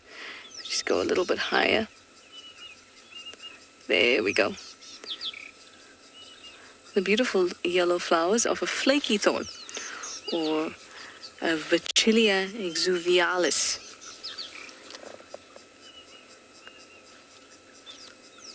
So acacias are no longer called acacias in Africa. They now fall into broad categories of Senegalia and Vachellia. Senegalia are the acacias that have short, stocky, hooked thorns, and Vachellia are the acacias that have these long whitish thorns. So we call this now Vitellia exuvialis. And I call it exuvialis is a really easy, or this is a really easy scientific name to remember, at least for me, and the way in which my weird brain works. It's called the flaky thorn because the base of it, or the branch, let me just roll a little bit forward and see if we can manage to see the actual stem of this plant. I can't actually pick it out. But the stem of this plant is... Oh, okay. Let me just jump out quickly. I might be able to see it. Or at least point it out to you. So that's the one we're looking at here. Follow you down. There we go. So this branch there is... or that trunk is the one that's coming off. And the outer bits of the outer layers of the bark actually flake off. It's a little difficult to see here, and I can't get much closer. Oh, never mind. This is not an alive strychnos, but a dead one. I move you. There you go. So we get in here and try very hard not to get thorned. I've been impaled by a porcupine quill the other day, so I'm not looking forward to any more impalement. Something just poked my butt. So here, this is the one we're looking at. I'm going to bring you a piece of how it flakes. You have to be so careful.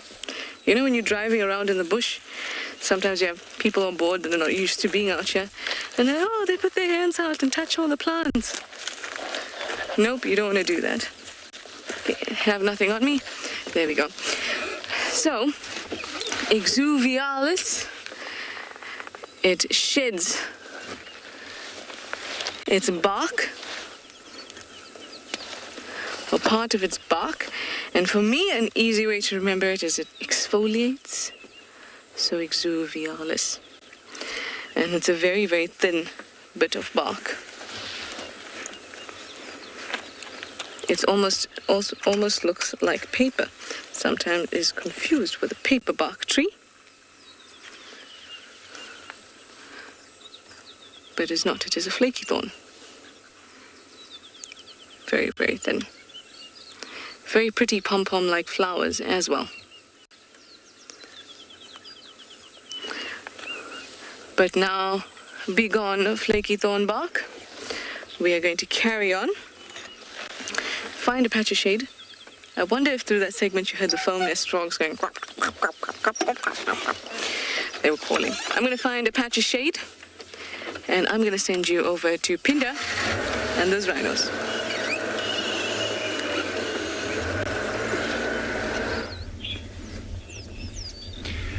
We've just found a really cool sighting here. So there's this male wildebeest that we've got that's on his own, and we were about to just carry on past him, and then I noticed an oxpecker on his side. I'm not sure if you can still see it there now. It's hopping around on him, going up and down. And the reason why that's so interesting is a lot of people are under the impression that oxpeckers are purely symbiotic. You can see it sitting on the crest there. And that they only have good effects on animals. So oxpeckers remove ticks, and I mean that is very helpful for a lot of animals, and that's why they tolerate them. But what a lot of people don't know is, so this wildebeest on his right hand shoulder, if he turns around there, I think he just gave it a little scratch with his horn. He's got a gash on his shoulder. So just look for a little bit of blood on the shoulder there as he's walking away. Yeah, there we go, we can see it now. So he's got an open wound there, and when we arrived, the oxpecker that was sitting on him was pecking right on that wound. So oxpeckers are actually after the blood that's inside ticks, and that's why they peck at them. But should an animal also have a sore, like this wildebeest over here, they'll often go and pick at that sore as well to drink the blood from the wildebeest, which is in essence a parasitic relationship. So very, very cool to see. I really was hoping that we were going to get a view of that oxpecker actually picking at the wound, because it's, yeah, like I was saying, a very, very interesting view, and maybe something that a lot of you didn't know. Maybe you did know it, but I thought it would be cool to see anyway. The other thing that can happen, and we see it a lot with our giraffe on Phinda, is there's a papilloma virus, which is a skin disease that they get, and that's actually transmitted between animals by oxpeckers. So the one giraffe will have an open wound on its side, or we often see them on the necks of the giraffe, and there'll be an oxpecker that'll come down and it'll pick at it and drink the blood, and then it flies off to another giraffe and then picks at it, and it transmits the virus like that, which is really not ideal. The giraffe do seem to cope relatively fine with it, though. They end up getting about a hand-sized scar that doesn't look very pretty on their necks. But apart from that, I don't think that virus has any other negative impacts on their lives, for the most part, for healthy animals. When they are unhealthy and maybe start becoming more, what's the word I'm looking for?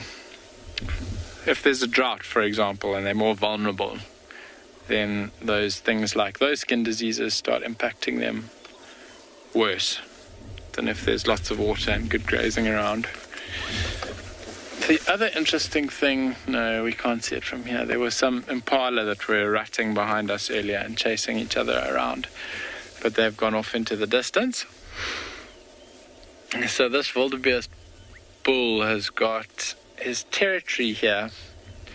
So wildebeest do hold territories, the males, and off in the distance I can see a small herd of them. But he's out here on his own. There's water nearby. There's this beautiful green grazing that we've got in all this grassland here. So apart from his wound that's being picked at by an oxpecker, I think he is in a good place for a wildebeest, having a good time, having the best Tuesday morning.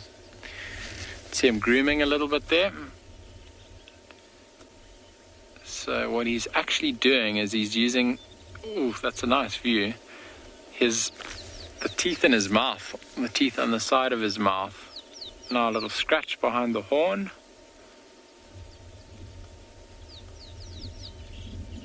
So these are all ways that wildebeest will get rid of ticks on their own. You can see that that back foot is actually extremely flexible to get all the way up on top of his head like that to scratch.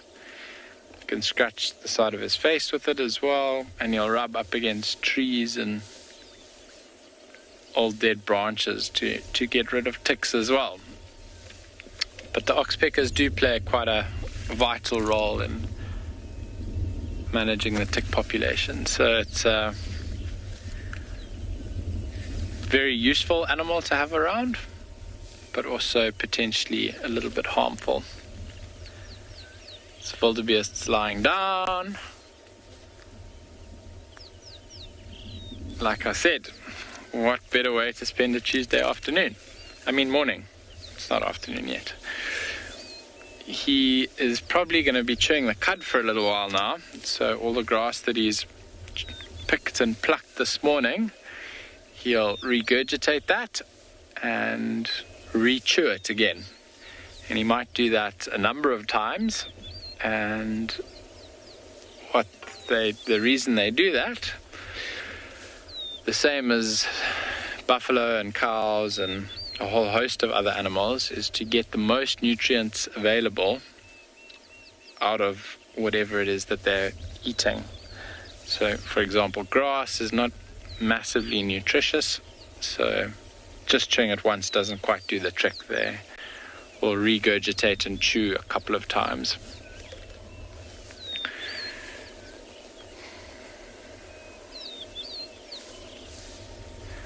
We've seen a lot of animals in these grasslands actually. If we look across on the right, where the grassland borders the thicket, we've got some zebra. They'll also be grazing on this fresh grass here. Just to their right is a kudu who wandered out of her little thicket and now seems to be walking back into it. So kudu spend much more time in thick areas, in thickets and more forested or wooded areas, as they mainly feed on leaves as opposed to grass, like the zebra and the wildebeest. There's a tiny little zebra in amongst that herd, but they are quite far off. And then if we go even further across to the left, where the thicket ends, there are some more animals. I count a couple zebra, that herd of wildebeest that I mentioned. And when we got here, there were 2 rhino as well. So this area with these grasses are massively productive and massively important for a whole host of animals here at Phinda. Like I mentioned, there are impala behind us as well. I can hear them making a noise again and chasing each other. But these open grassland spaces are massively important for all of our animals, and in particular the animals that graze on grasses. I think most places, in our area at least, suffer from bush encroachment, which is the conversion of open grassland to thicket areas. And we really have to work quite hard to keep these areas open like this, because they are so important, and if we don't work at keeping them open, they don't stay open. For now, we're going to leave you, and we're just away from the waterhole here. We're going to go stick our nose in there and see if we can see anything. And if we don't see you again today, I hope you have a beautiful Tuesday morning and afternoon. Until this afternoon.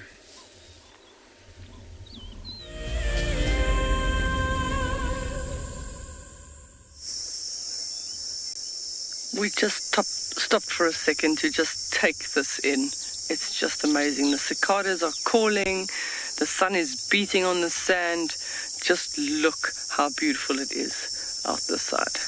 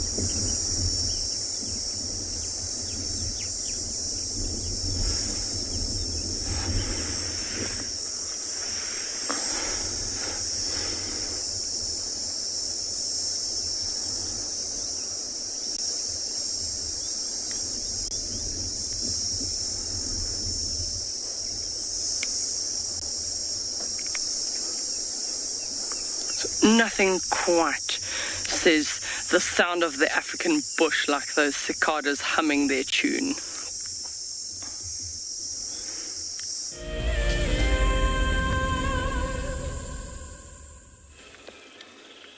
Here are some vervet monkeys on their way to our camp to terrorize us for breakfast, most likely.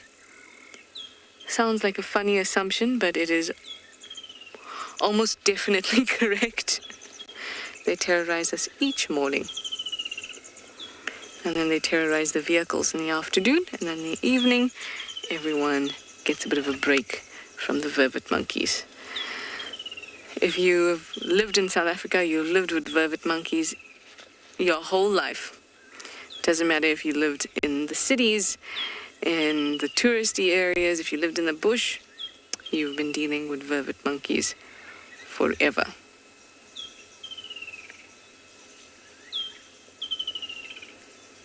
Cute guys, but very mischievous. Oh, what if you got an egg?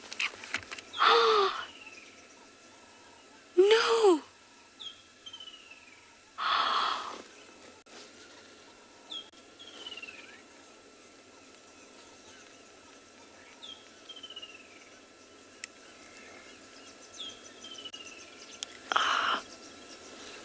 It definitely is able to get through that shell, so I don't know what's stopping it.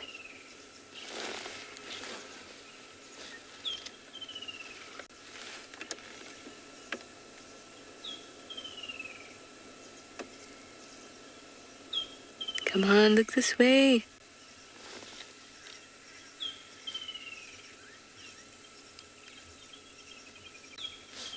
How could you?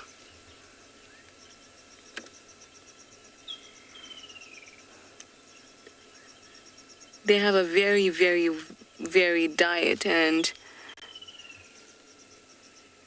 their teeth show you that. Look at it, disappointed, couldn't get through that egg. That's interesting, because that getting through that shell is a function of bite force. So clearly it can bang it on something, but hasn't realized it yet.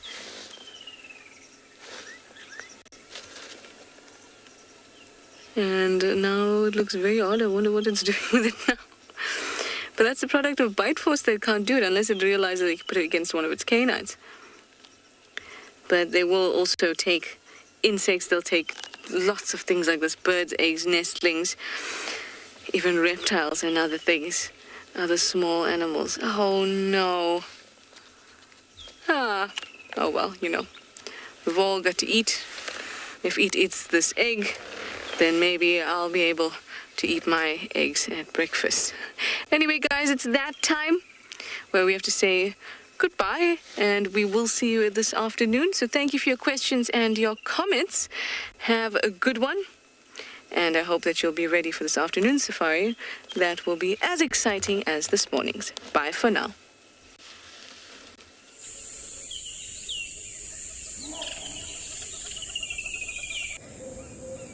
This program features live coverage of an African safari and may include animal kills and carcasses. Viewer discretion is advised.